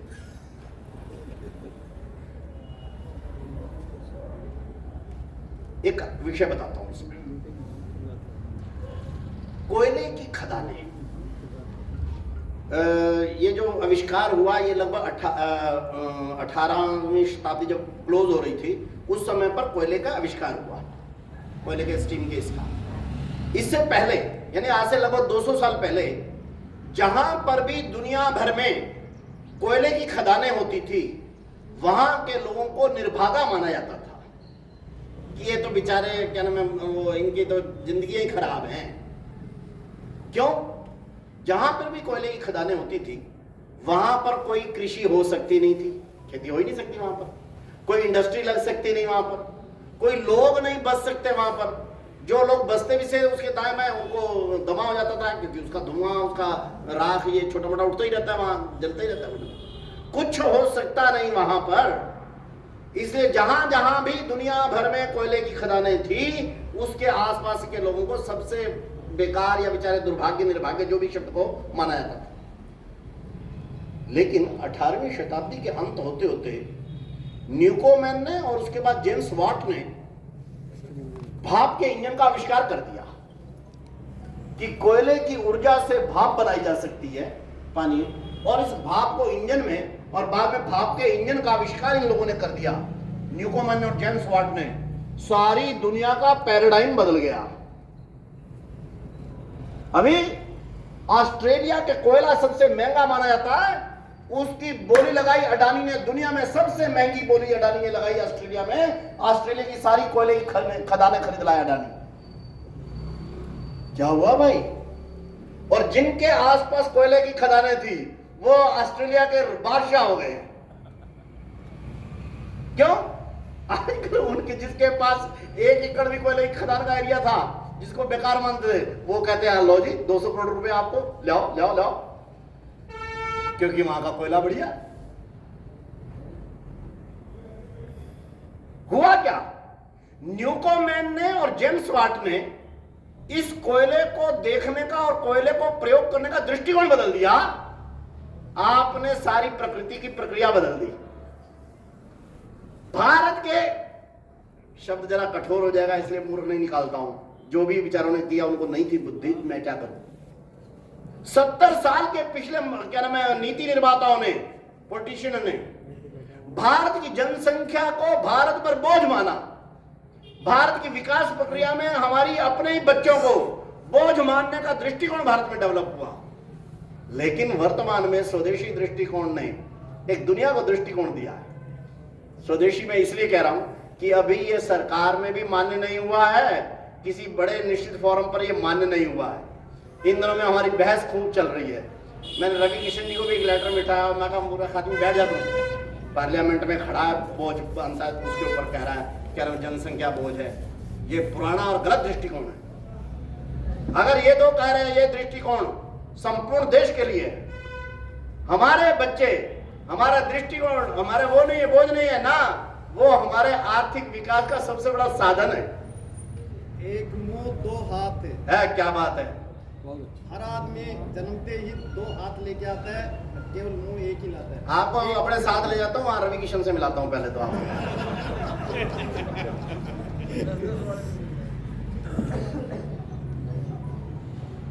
करना क्या? ध्यान करिए, अपने इन बच्चों को दृष्टिकोण क्या है? ग्रोथ इंजन में बदलने के लिए कोई बड़ी भारी साइंस की जरूरत नहीं है ना ये प्रदीप चौहान और शिवाली चौहान बड़े भारी कोई क्या नाम है फिलोसफर है ना मैं कोई बड़ा इकोनॉमिस्ट हूं ना। करना केवल इतना ही है, कोयले की खदानों को कुछ किया थोड़ी, केवल आप उसने भाप को उसमें बदल के आपने इंजन का आविष्कार कर दिया। हमारे को इन अपने युवाओं को उद्यमिता की राह पर, स्वदेशी की राह पर, सहकारिता की राह पर बस ला देना है। बाकी तो ये बच्चे अपने आप आपका भी भाग्य पलट देंगे, देश को भी समृद्धि की राह पर डाल देंगे।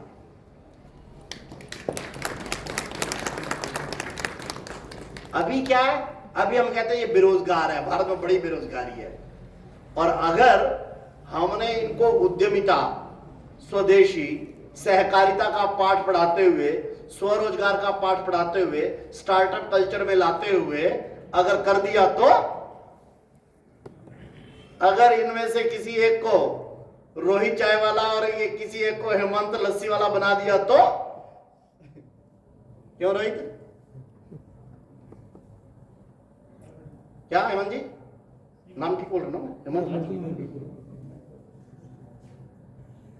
30 रुपए की लस्सी को 350 रुपए में बेचेगा, फिर और क्या करेगा? 20 रुपए की क्या नाम है चाय को 150 रुपए में बेचेगा, और क्या करेगा? और ये कोई मंगल ग्रह से नहीं आए हुए भाई, ये ना हमारे बच्चे हैं, बस हमारे को कुछ करना नहीं है बच्चों। इनको मैंने तो नहीं सिखाया था, कम से कम मेरा तो परिचय भी नहीं था। अभी दिल्ली के कार्यक्रम में आए पिछली बार हमारे कार्यशाला में, वहाँ यहाँ तो छोटा अभिनंदन किया, वहाँ ज्यादा अभिनंदन किया है। कुछ कहना चाह रहे हैं आप? दिल्ली के कार्यक्रम से NSIC है, राष्ट्रीय लघु उद्योग निगम, हाँ हाँ है, उनके मैं नोटिस में आया, उन्होंने मेरे को भी सम्मानित किया दिल्ली में। अच्छा।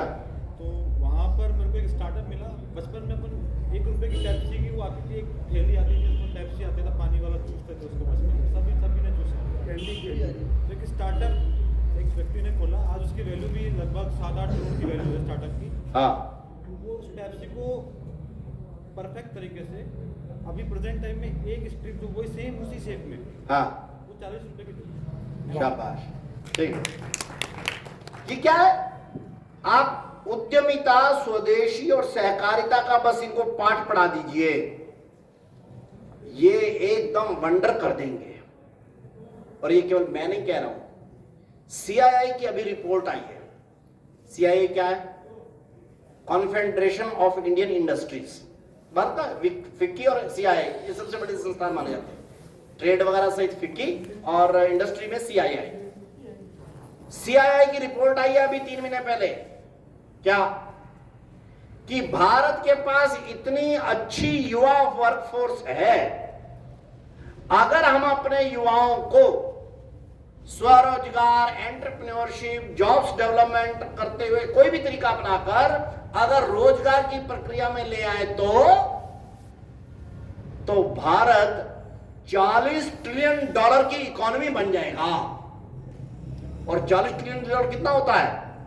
अमेरिका जो दुनिया का सबसे अमीर देश है, उसकी टोटल इकोनॉमी का साइज है $24 ट्रिलियन। और हमारी CII की रिपोर्ट कह रही है अगर हम अपने बच्चों को रोजगार के रूप में ले आए तो हम $40 ट्रिलियन की इकोनॉमी हो जाएंगे। तो ध्यान हमारे को किस पर करना है? मोदी सरकार ईज ऑफ डूइंग पर काम बड़ा कर रही है, बड़ा अच्छी बात है, करना ही चाहिए, कर रही है।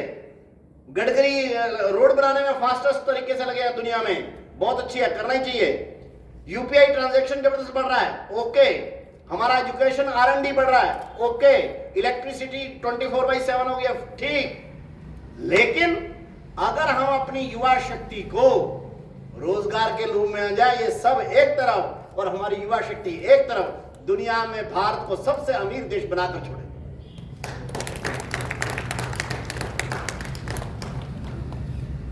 एक छोटी सी बात करके जरा पूर्णता की तरफ बढ़ेंगे, क्योंकि उससे ज्यादा समय जाएगा तो आप लोग भी कहेंगे कि यार ये क्या वो करता है, हैं?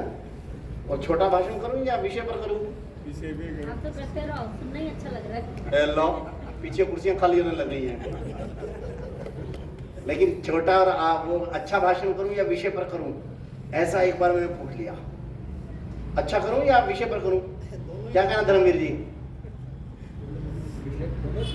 चीज ही बता दीजिए। नहीं, क्या है, एक बार संघ शिक्षा और चल रहा था हमारा 20 दिन का, मेरा 12वें-13वें दिन वहां बौद्धिक था। उस दिन मेरी तबीयत तो ठीक नहीं थी। आमतौर पर जो बौद्धिक होता है हमारा 45-50 मिनट का होता है, मेरी तबीयत ठीक नहीं थी, इसलिए मैं 20-22 मिनट का करके 25 मिनट का बैठ गया। जब मैं उतरना रहा नीचे तो सारे संशय खाए नीचे, वास्ती जी आज आया मजा, आज ऐसे होना चाहिए, अच्छा बौद्धिक, अच्छा है तो यही है बस। मैंने कहा मेरे कौन से पॉइंट अच्छे लगे? पॉइंट तो ध्यान में नहीं आ रहे हैं। मैंने जो आंकड़े बताए, आपने कोई आंकड़े बताए थे? मैं मारू तुम्हारे को, अच्छा क्या लगा? फिर सारे इतना लंबा बौद्धिक करते हैं, आपने सबसे छोटा किया इसलिए आपको अच्छा लगा। तो इसलिए मैं पहले ही पूछ लेता हूँ कि अच्छा करूँ या पूरे विषय पर करूँ? क्या विषय विपिन जी? विषय हो क्या उद्देश्य जी? जाना भी है, क्या? चलो बीच का रास्ता अपनाते हैं, थोड़ा जल्दी करें। तो एक तो इसको समझ लीजिए, भारत की युवा शक्ति ये भारत की ग्रोथ स्टोरी का सबसे प्रमुख हिस्सा है। मैं मानता हूं कि मोदी सरकार पिछले 75 वर्षों की सबसे उत्तम सरकार है, लेकिन इसके बावजूद मुझे यह भी मालूम है कि 7% जीडीपी निकालने में मोदी जी से ज्यादा योगदान हमारे भारत के इन युवाओं का है। कैसे? मैं बेंगलोर गया था, हो गए होंगे 7-8 महीने। मोहनदास पाई, इसमें आईटी के बड़ा नाम है भारत का, मैं उनके साथ बैठा, सुंदरम जी थे, मैं थे और 2-3-4 लोग थे। मैंने उनसे कहा, मोहनदास पाई इन्फोसिस के क्या नाम है को संस्थापक हैं, ये जो मणिपाल ग्रुप ऑफ एजुकेशन इसके चेयरमैन है, बड़ा नाम है भारत का।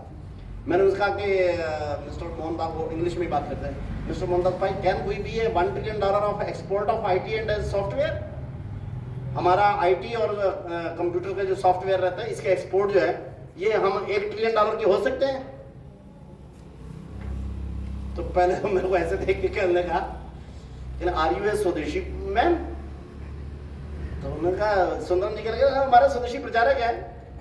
तो वो कहता है, I never expect such a type of question from a swadeshi man. मैं क्यों? कहते स्वदेशी के लोग तो ऐसे प्रश्न करते नहीं। मैं कहा स्वदेशी के लोग तो ऐसे ही प्रश्न करते हैं, आपका दृष्टिकोण जरा स्वदेशी के बारे में धारणा ठीक कर लीजिए। मैं क्यों? मैं कहा आप स्वदेशी का मतलब क्या सोचते हो? गाय, गोबर, गांव, धोती वाले, बस वही, यही समझते हैं ना आप स्वदेशी वाले। मैं कहा से आपको दृष्टिकोण दिया है किसने? मैं कहा स्वदेशी जो है मोस्ट एडवांस थिंकिंग है, ध्यान रखिए। क्या वो ऐसे आज तो देख के कम से कम मुझे पता चल गया, मोहनदास भाई मेरे को करने के। मैं कहता लेकिन चलिए मैं आपको बताऊंगा, जानकारी उसने जो मुझे उत्तर दिया, कहना mister Satish, do you know what the your youth has done for this country? मैं क्या किया? तो उन्होंने कहा देखिए हमारे आईटी और सॉफ्टवेयर के पिछले साल के एक्सपोर्ट है $180 बिलियन के, बिलियन अरब डॉलर के। मैं कहा देन? कहते सऊदी अरेबिया जो रूस के बाद सबसे बड़ा दुनिया में तेल का एक्सपोर्टर देश है दुनिया में, उसके पिछले साल के तेल का एक्सपोर्ट, उनको तेल दिए, तेल के कुएं दिए उनके खुदा ने उनको तेल के कुएं दिए, उनके तेल के कुएं दिए उनके खुदा ने उनके ऊपर करके उन्होंने उसका एक्सपोर्ट किया है $145 बिलियन का। लेकिन हमारे लड़के उनके खुदा से बड़े हो गए हैं, उन्होंने आईटी और सॉफ्टवेयर के कुओं से खोद खोद कर हमारे देश को कमाए हैं $180 बिलियन। हम अब खाड़ी देशों के कुएं वाले देशों में ज्यादा अमीर हैं, और हमारे को अमीर किसने किया है? हमारे इन बच्चों ने, आईटी और सॉफ्टवेयर के इंजीनियरों ने। उन्होंने कहा आप छोड़ दीजिए किसी को रशिया का तेल एक्सपोर्ट या मिडिल ईस्ट का तेल एक्सपोर्ट, भारत का आईटी एक्सपोर्ट 2030 से पहले निश्चित रूप से $1 ट्रिलियन का होने ही जा रहा है।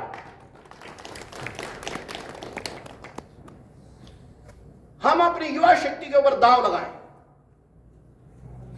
और इस दांव का एक हिस्सा क्या है? हमारे युवाओं को 70 साल 75 साल में उनके शक्तियों को जानबूझकर या अज्ञानतावश, या आजकल के जो पॉलिटिशियन नारे लगाते हैं रोजगार दो, जिनकी रोजगार की परिभाषा यानी सरकारी नौकरी है, ये पॉलिटिशियन ना तो खुद कुछ जानते हैं, ना ये देश के युवाओं को कुछ दिशा दे सकते हैं। भारत के युवाओं को 70-75 साल से गलत परिभाषा पढ़ा दी है रोजगार की। क्या इनको परिभाषा पढ़ा दी कि रोजगार यानी नौकरी होता है, और नौकरी भी सरकारी नौकरी मिले तो सबसे ठीक। और बच्चे तो थे ये हीरे, इनको पाठ पढ़ा दिए क्या नाम कुम्हार के। बनना तो था इन्हें रोही चाय वाला, बेनी थी 150 रुपए की चाय, उसको लगा दिया किसी उसके ऊपर 15,000-17,000 की नौकरी करने के लिए।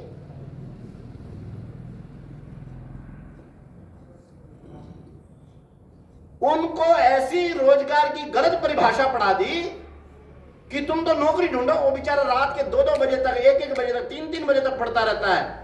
क्यों? उसको बताया यह गया अच्छी पढ़ाई कर, अच्छे नंबर ला और सरकारी नौकरी के लिए तलाशी कर। कोई बीए करते थे, फिर बीए में नौकरी नहीं मिली तो कॉमर्स में आ गए, कॉमर्स में नौकरियां नहीं मिली, बीएससी में आ गए, बीएससी में नौकरी नहीं मिली, बीटेक में आ गए, बीटेक में मिली तो एमटेक में चले गए। कहीं पर भी नौकरी नहीं मिल रही। अब पाठ तुम उन्होंने पढ़ा दिए कि रोजगार मतलब सरकारी नौकरी होता है, वो बेचारे भटक रहे। 8% से ज्यादा ऑर्गेनाइज सेक्टर में जॉब है ही नहीं, सरकारी, गैर सरकारी, अर्ध सरकारी, प्राइवेट, पीपीपी मॉडल सब मिलाकर भटका दिया हमारे बच्चों को। 8% की केवल राह बताई कि यही है रोजगार। गलत बात। रोजगार की फुल परिभाषा बताओ उनको। जॉब्स भी है, 8-9% जो जॉब्स में निकल जाता है निकल जाए, कोई दिक्कत नहीं, लेकिन स्वरोजगार में जाओ, एग्रीकल्चर में वैल्यू एडिशन सीखो, एंटरप्रेन्योरशिप में जाओ, स्टार्टअप शुरू करो, एफपीओ शुरू करो। ये हमने बच्चों को पाठ पढ़ाया नहीं, फिर कहते हैं बेरोजगारी देश में ज्यादा है। बस हमारे को अब यही करना है। एक दूसरा भी एंगल बताता हूं। मानो जिनको नौकरी मिल गई, उसने अपना अंदर का फुल पोटेंशियल बाहर लाया क्या? नहीं लाया। 9 to 5 दफ्तर का टाइम यही होता है। 9 to 5 की मानसिकता वाला व्यक्ति ये अपने अंदर का फुल पोटेंशियल बाहर लाता ही नहीं है। वो घड़ी देखता रहता है, कब 5 बजे, 4:45 बजे उसके मीटर बंद होने शुरू हो जाते हैं। मैं 5 बजे मोटरसाइकिल उठाऊं या गाड़ी उठाऊं।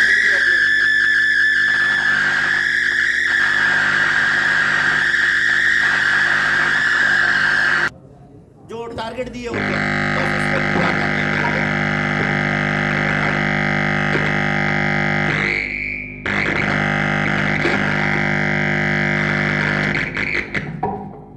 पॉलिटिशियन का है क्या? चाइनीज है, कोई होगा तभी तो बेचारे को चीची हो रही है उसकी।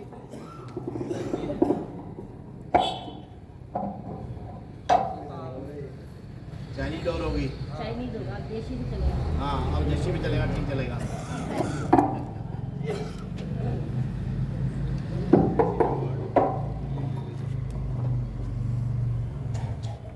जब नौकर आदमी ये 2 चीजें ध्यान करता है, एक तो बॉस को खुश रखना ताकि वो निकाल ना दे, और दूसरा 9 to 5 में कब तेरा समय पूरा हो जाए और वो पूरा हो जाए, बस इसकी चिंता करता रहता है। एंटरप्रेन्योरशिप क्या चिंता करता है? 9 to 5 देखता है क्या? रात के 11 बजे भी वो रिसर्च करनी है, कोई बात करनी है, अकाउंट करना है, फोन करना है, सब करता रहता है, और उसमें कोई उसको कष्ट नहीं होता। क्यों? मेरा काम है ना, मेरा काम है ना। नौकर कभी भी अपने घर को बड़ा नहीं बना सकता, देश को तो बड़ा बनाने का कोई सवाल ही पैदा नहीं होता। वो अपनी क्षमता को बाहर निकालता ही नहीं। क्यों? मानसिकता ही नौकर है, 9 to 5 है, बॉस को खुश करना है। जो बॉस ने छोटा टारगेट दे दिया है, इस टारगेट को जैसे तैसे पूरा करता रहता है वो, या फिर बहाने बनाकर बॉस को बस सेटल रखे ताकि नौकरी ना निकाला जाए। बस ऐसी डिफेंसिव मेंटेलिटी वाला व्यक्ति कभी भी अपना पोटेंशियल बाहर नहीं निकाल सकता, और बिना फुल पोटेंशियल बाहर निकाले आप अपने फैमिली में कुछ खुशहाली नहीं ला सकते हो। देश की तो बात ही छोड़ो। ये देश कभी नौकरों का देश रहा भी नहीं है, ध्यान करना। ये पिछले 250-300 वर्षों में अंग्रेजों ने नौकरों के पाठ पढ़ा दिया हमारे को। हम तो नौकरी और बेरोजगारी कभी जानते ही नहीं थे भाई। ये देश हमेशा से ही एंटरप्रेन्योर्स का देश रहा है। हर गांव में, हर घर में हमारे यहाँ लघु कुटीर उद्योग ही रहते आए हैं। हमें प्रशंसा, हमें इस बात का सांत्वना है कि ये कल्चर फिर से आ रही है। ये जब लस्सी वाला, ये चाय वाला, और एक ये 2 नहीं है, जहां जहां जाता हूं मैं सुनता रहता हूं। मैं अभी हैदराबाद के कार्यक्रम में था, टी टाइम वाला आया हुआ था, क्या नाम है उसका, उदय श्रीनिवास, वो मेरे साथ बैठा था। मैं क्या करते थे, आईटी प्रोफेशनल था, गोवा में एक मल्टीनेशनल कंपनी का सीईओ था। कहता 12 साल कर करके मैं तंग आ गया उनकी नौकरी। मैंने कहा देखी जाएगी, इतना तो मैं अपने आप ही कमा लूंगा। उसने टी टाइम नाम से ऐसे ही रोहित जैसा एक स्टार्टअप शुरू कर लिया। आज इस समय पर 300 करोड़ रुपए की कंपनी हो गया, 3000 आउटलेट है उसके। मेरे को कहने लगे सतीश जी क्या नाम है, यही पाठ पढ़ाओ। मैं कहा मेरे को क्या पता, मैं तो सारा दिन करता ही यही काम हूं तेरे जैसे।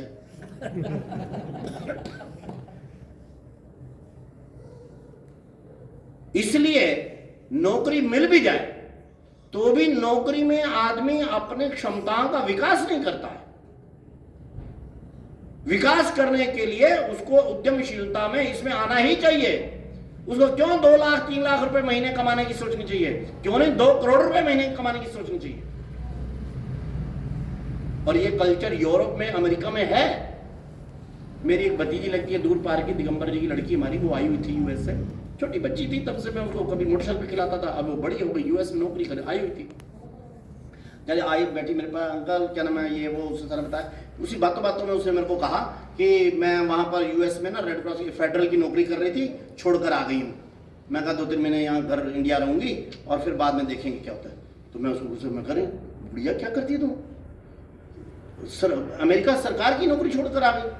कहले हाँ, मैं क्या वो थी क्या एडॉप्ट थी, नहीं परमानेंट थी, उसमें करती मैं जब तक करती जब तक करती, फिर छोड़ के क्यों आ गई। तो मैं बोर हो गई थी। पागल है तू, मगर लड़की क्या करती है। मैंने बुलाया उनको दिगंबर की शिव में, कहा बहन जी ये क्या करके आई है, तुमने रोका नहीं। वो देखे उसमें, तो अंकल आपको क्या है, मम्मी को बुला रहे उसमें, मेरे से बात करो, मैं मारूं तेरे को एक थप्पड़, मेरे से बात करो। मूर्ख, नौकरी छोड़ के अमेरिका सरकार की। फिर उसको समझ नहीं आया, मेरे को भी समझ नहीं आया। फिर उसको तुरंत ध्यान में, उसने कहा नहीं अंकल थोड़ा सा फर्क है। मैं क्या इंडिया में सरकारी नौकरी को बहुत बड़ी चीज मानते हैं, अमेरिका में सरकारी नौकरी को बहुत बड़ी खास चीज मानते ही नहीं। वहां पर जिसका अपना बिजनेस नहीं स्टार्ट हो रहा, या अभी कोई दम नहीं लग रहा, या कुछ ऐसा नहीं है, अपना कोई काम वाम नहीं हो रहा, तो चलो क्या करना, चलो कोई नौकरी ढूंढ लो, नौकरी कर लो। नौकरी तो वहां पर वैसे ही करने वाली बात है। असली आदमी को क्या करना, तो असली वहां पर अपना कोई बिजनेस, अपनी कोई इंडस्ट्री, अपना कोई कंपनी शुरू करना ही आमतौर पर होता है, वहां पर है, ट्रेंड है। इसलिए मेरे को कोई खास बात लग नहीं रही और आप परेशान हो रहे हो कि मैं नौकरी क्यों छोड़कर आ गई। तब मेरे ध्यान में आया, फिर मैंने उससे डिटेल पूछी तो चलो ठीक हुआ।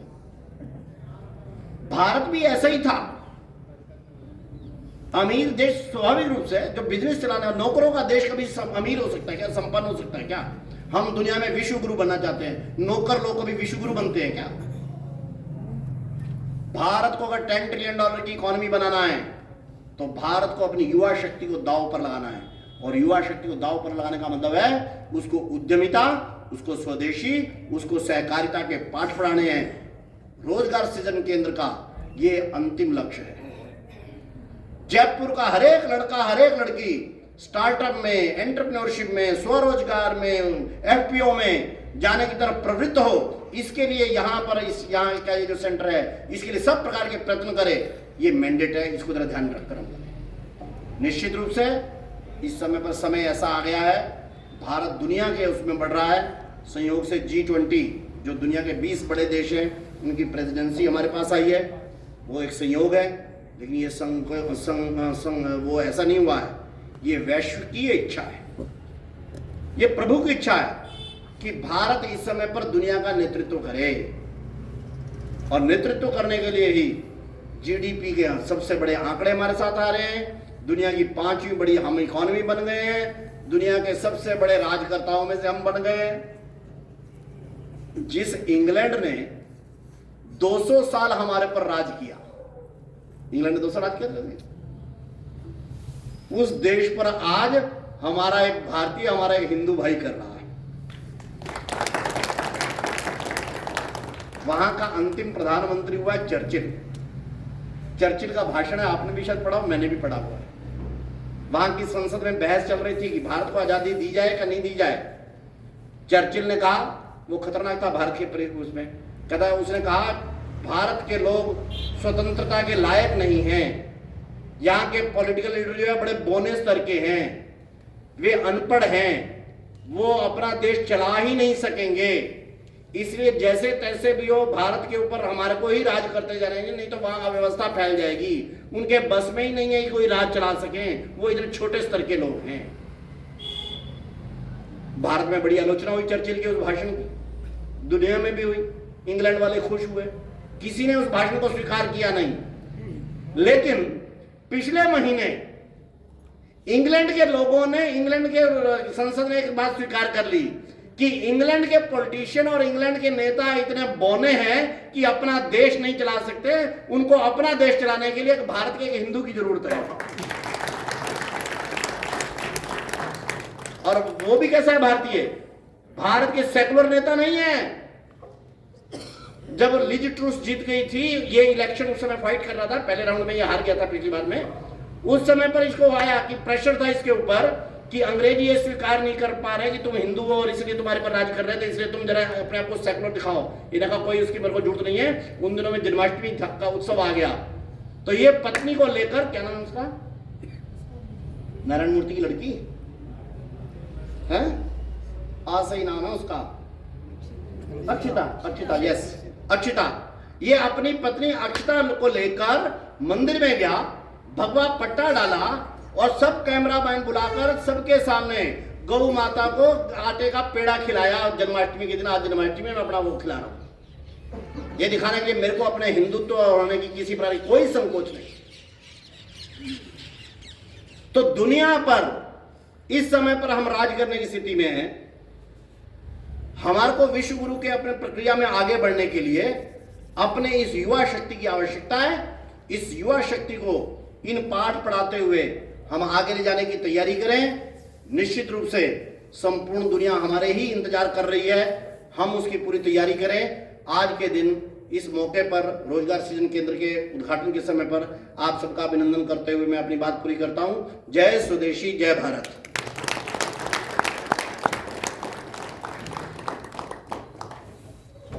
बहुत सुंदर, बहुत प्रेरणादायक। आपके द्वारा दिए गए शब्दों की मसाल लेके आज हमारे यहाँ उपस्थित जो जनसमूह है वो जगह जगह जाएगा और उसको प्रसारित करेगा।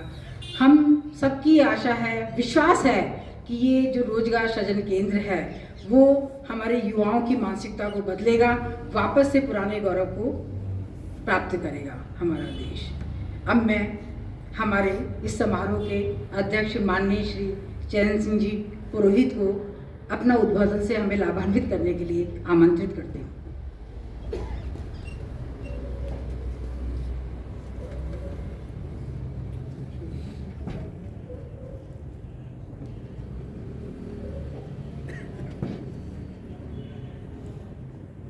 इस स्वरोजगार के महती कार्यक्रम में उपस्थित मंचस्थ महानुभाव और बड़े उत्साह से यहाँ इकट्ठा हुए सभी कार्यकर्ता बंधुओं, आज इस कार्यक्रम में आकर के मेरे को भी भाई साहब का जो उद्बोधन हुआ उससे बहुत कुछ सीखने को मिला।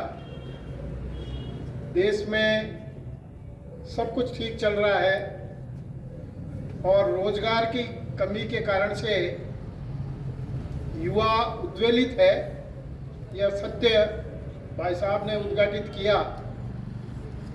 अपन कार्यकर्ताओं का कर्तव्य बनता है कि जो मार्गदर्शन दिया है भाई साहब ने उसके अनुरूप इस जिला स्वरोजगार केंद्र जो है इसके माध्यम से अपनी जो भूमिका है व्यक्तिगत रूप से उसको किस तरह से बढ़ाएं और इस का जो मकसद है, उद्देश्य है, उसको पूर्ण करें, इसमें लगना होगा। तब जाकर के ये जितना भी अपने अभी जो मार्गदर्शन मिला है वो फलीभूत तभी होगा जब एक एक कार्यकर्ता इस संबंध में अपना योगदान देगा और इस कार्यक्रम को सफल बनाने के लिए जुट जाएगा। इस मौके पर मुझे बुलाया, इसके लिए धन्यवाद एक औपचारिक रूप से देता हूं। वैसे अपना ही कार्यक्रम है, आप सभी लोग आए, बड़े तन्मय होकर के इस कार्यक्रम में हिस्सा लिया, सबका आभार, धन्यवाद।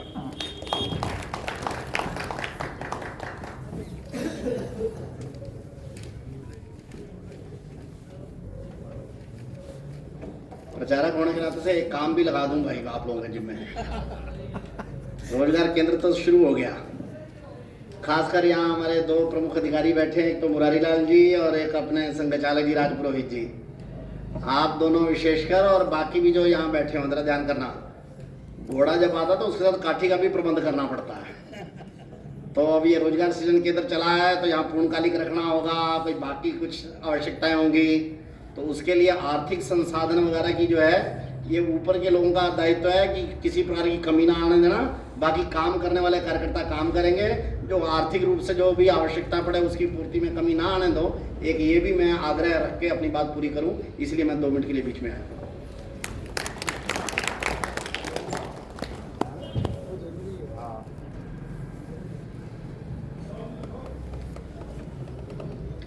आज का ये कार्यक्रम बहुत अच्छा रहा। मैं सभी अपने मंच पर आसीन अतिथियों का आभार के प्रति आभार प्रकट करती हूँ और अंत में जलपान के लिए आमंत्रित करती हूँ सभी।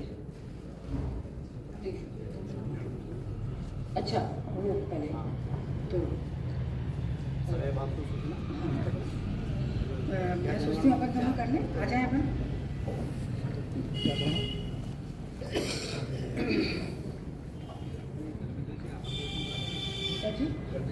जो सर्वे भवन्तु सुखिनः मंत्र के साथ अपना इसका समापन करें, उसके पहले मैं श्री धर्मेंद्र जी को आभार प्रकट करने के लिए मंच पर बुलाती हूँ।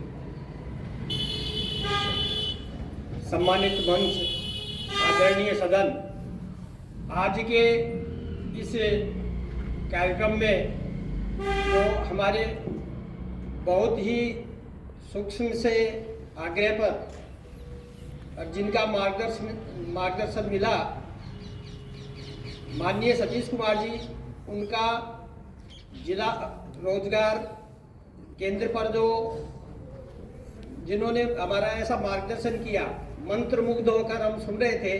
तो अल्प समय में उनका कार्यक्रम तो दूसरी जगह बना हुआ था, लेकिन हमारे प्रांत संयोजक जी के आग्रह पर इसमें पधारे, उनका दिल से स्वागत और आभार।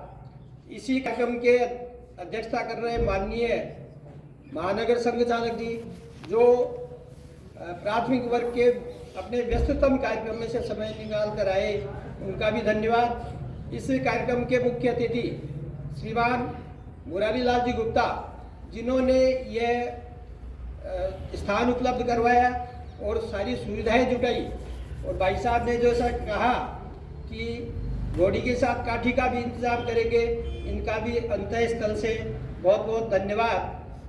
बहन अर्चना जी, जो सवाई माधोपुर से अपने व्यस्ततम कार्यक्रम में से और चाचा जी की परिचर्या में रहने के बावजूद भी इस कार्यक्रम में आई, उनका भी धन्यवाद। श्रीमान देवेंद्र जी, जो हम सबका नेतृत्व करते ही रहते हैं, उनका भी धन्यवाद। उनसे भी ज़्यादा जो हमारे स्वावलंबी भारत अभियान के जो संगठन है, सेवा भारती के माननीय अनिल जी शुक्ला जी पधारे हैं, भारतीय किसान संघ, भारतीय मजदूर संघ, ग्राहक पंचायत और भी संगठनों से जो लोग आए हैं, उनको भी बहुत बहुत धन्यवाद।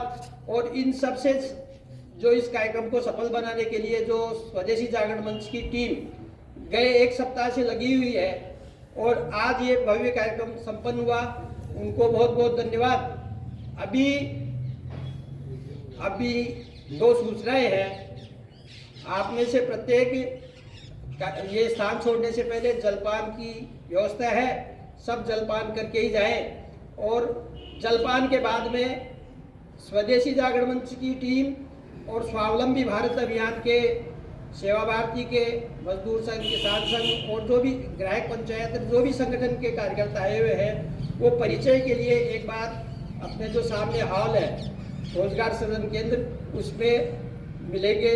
धन्यवाद। भारत माता की जय।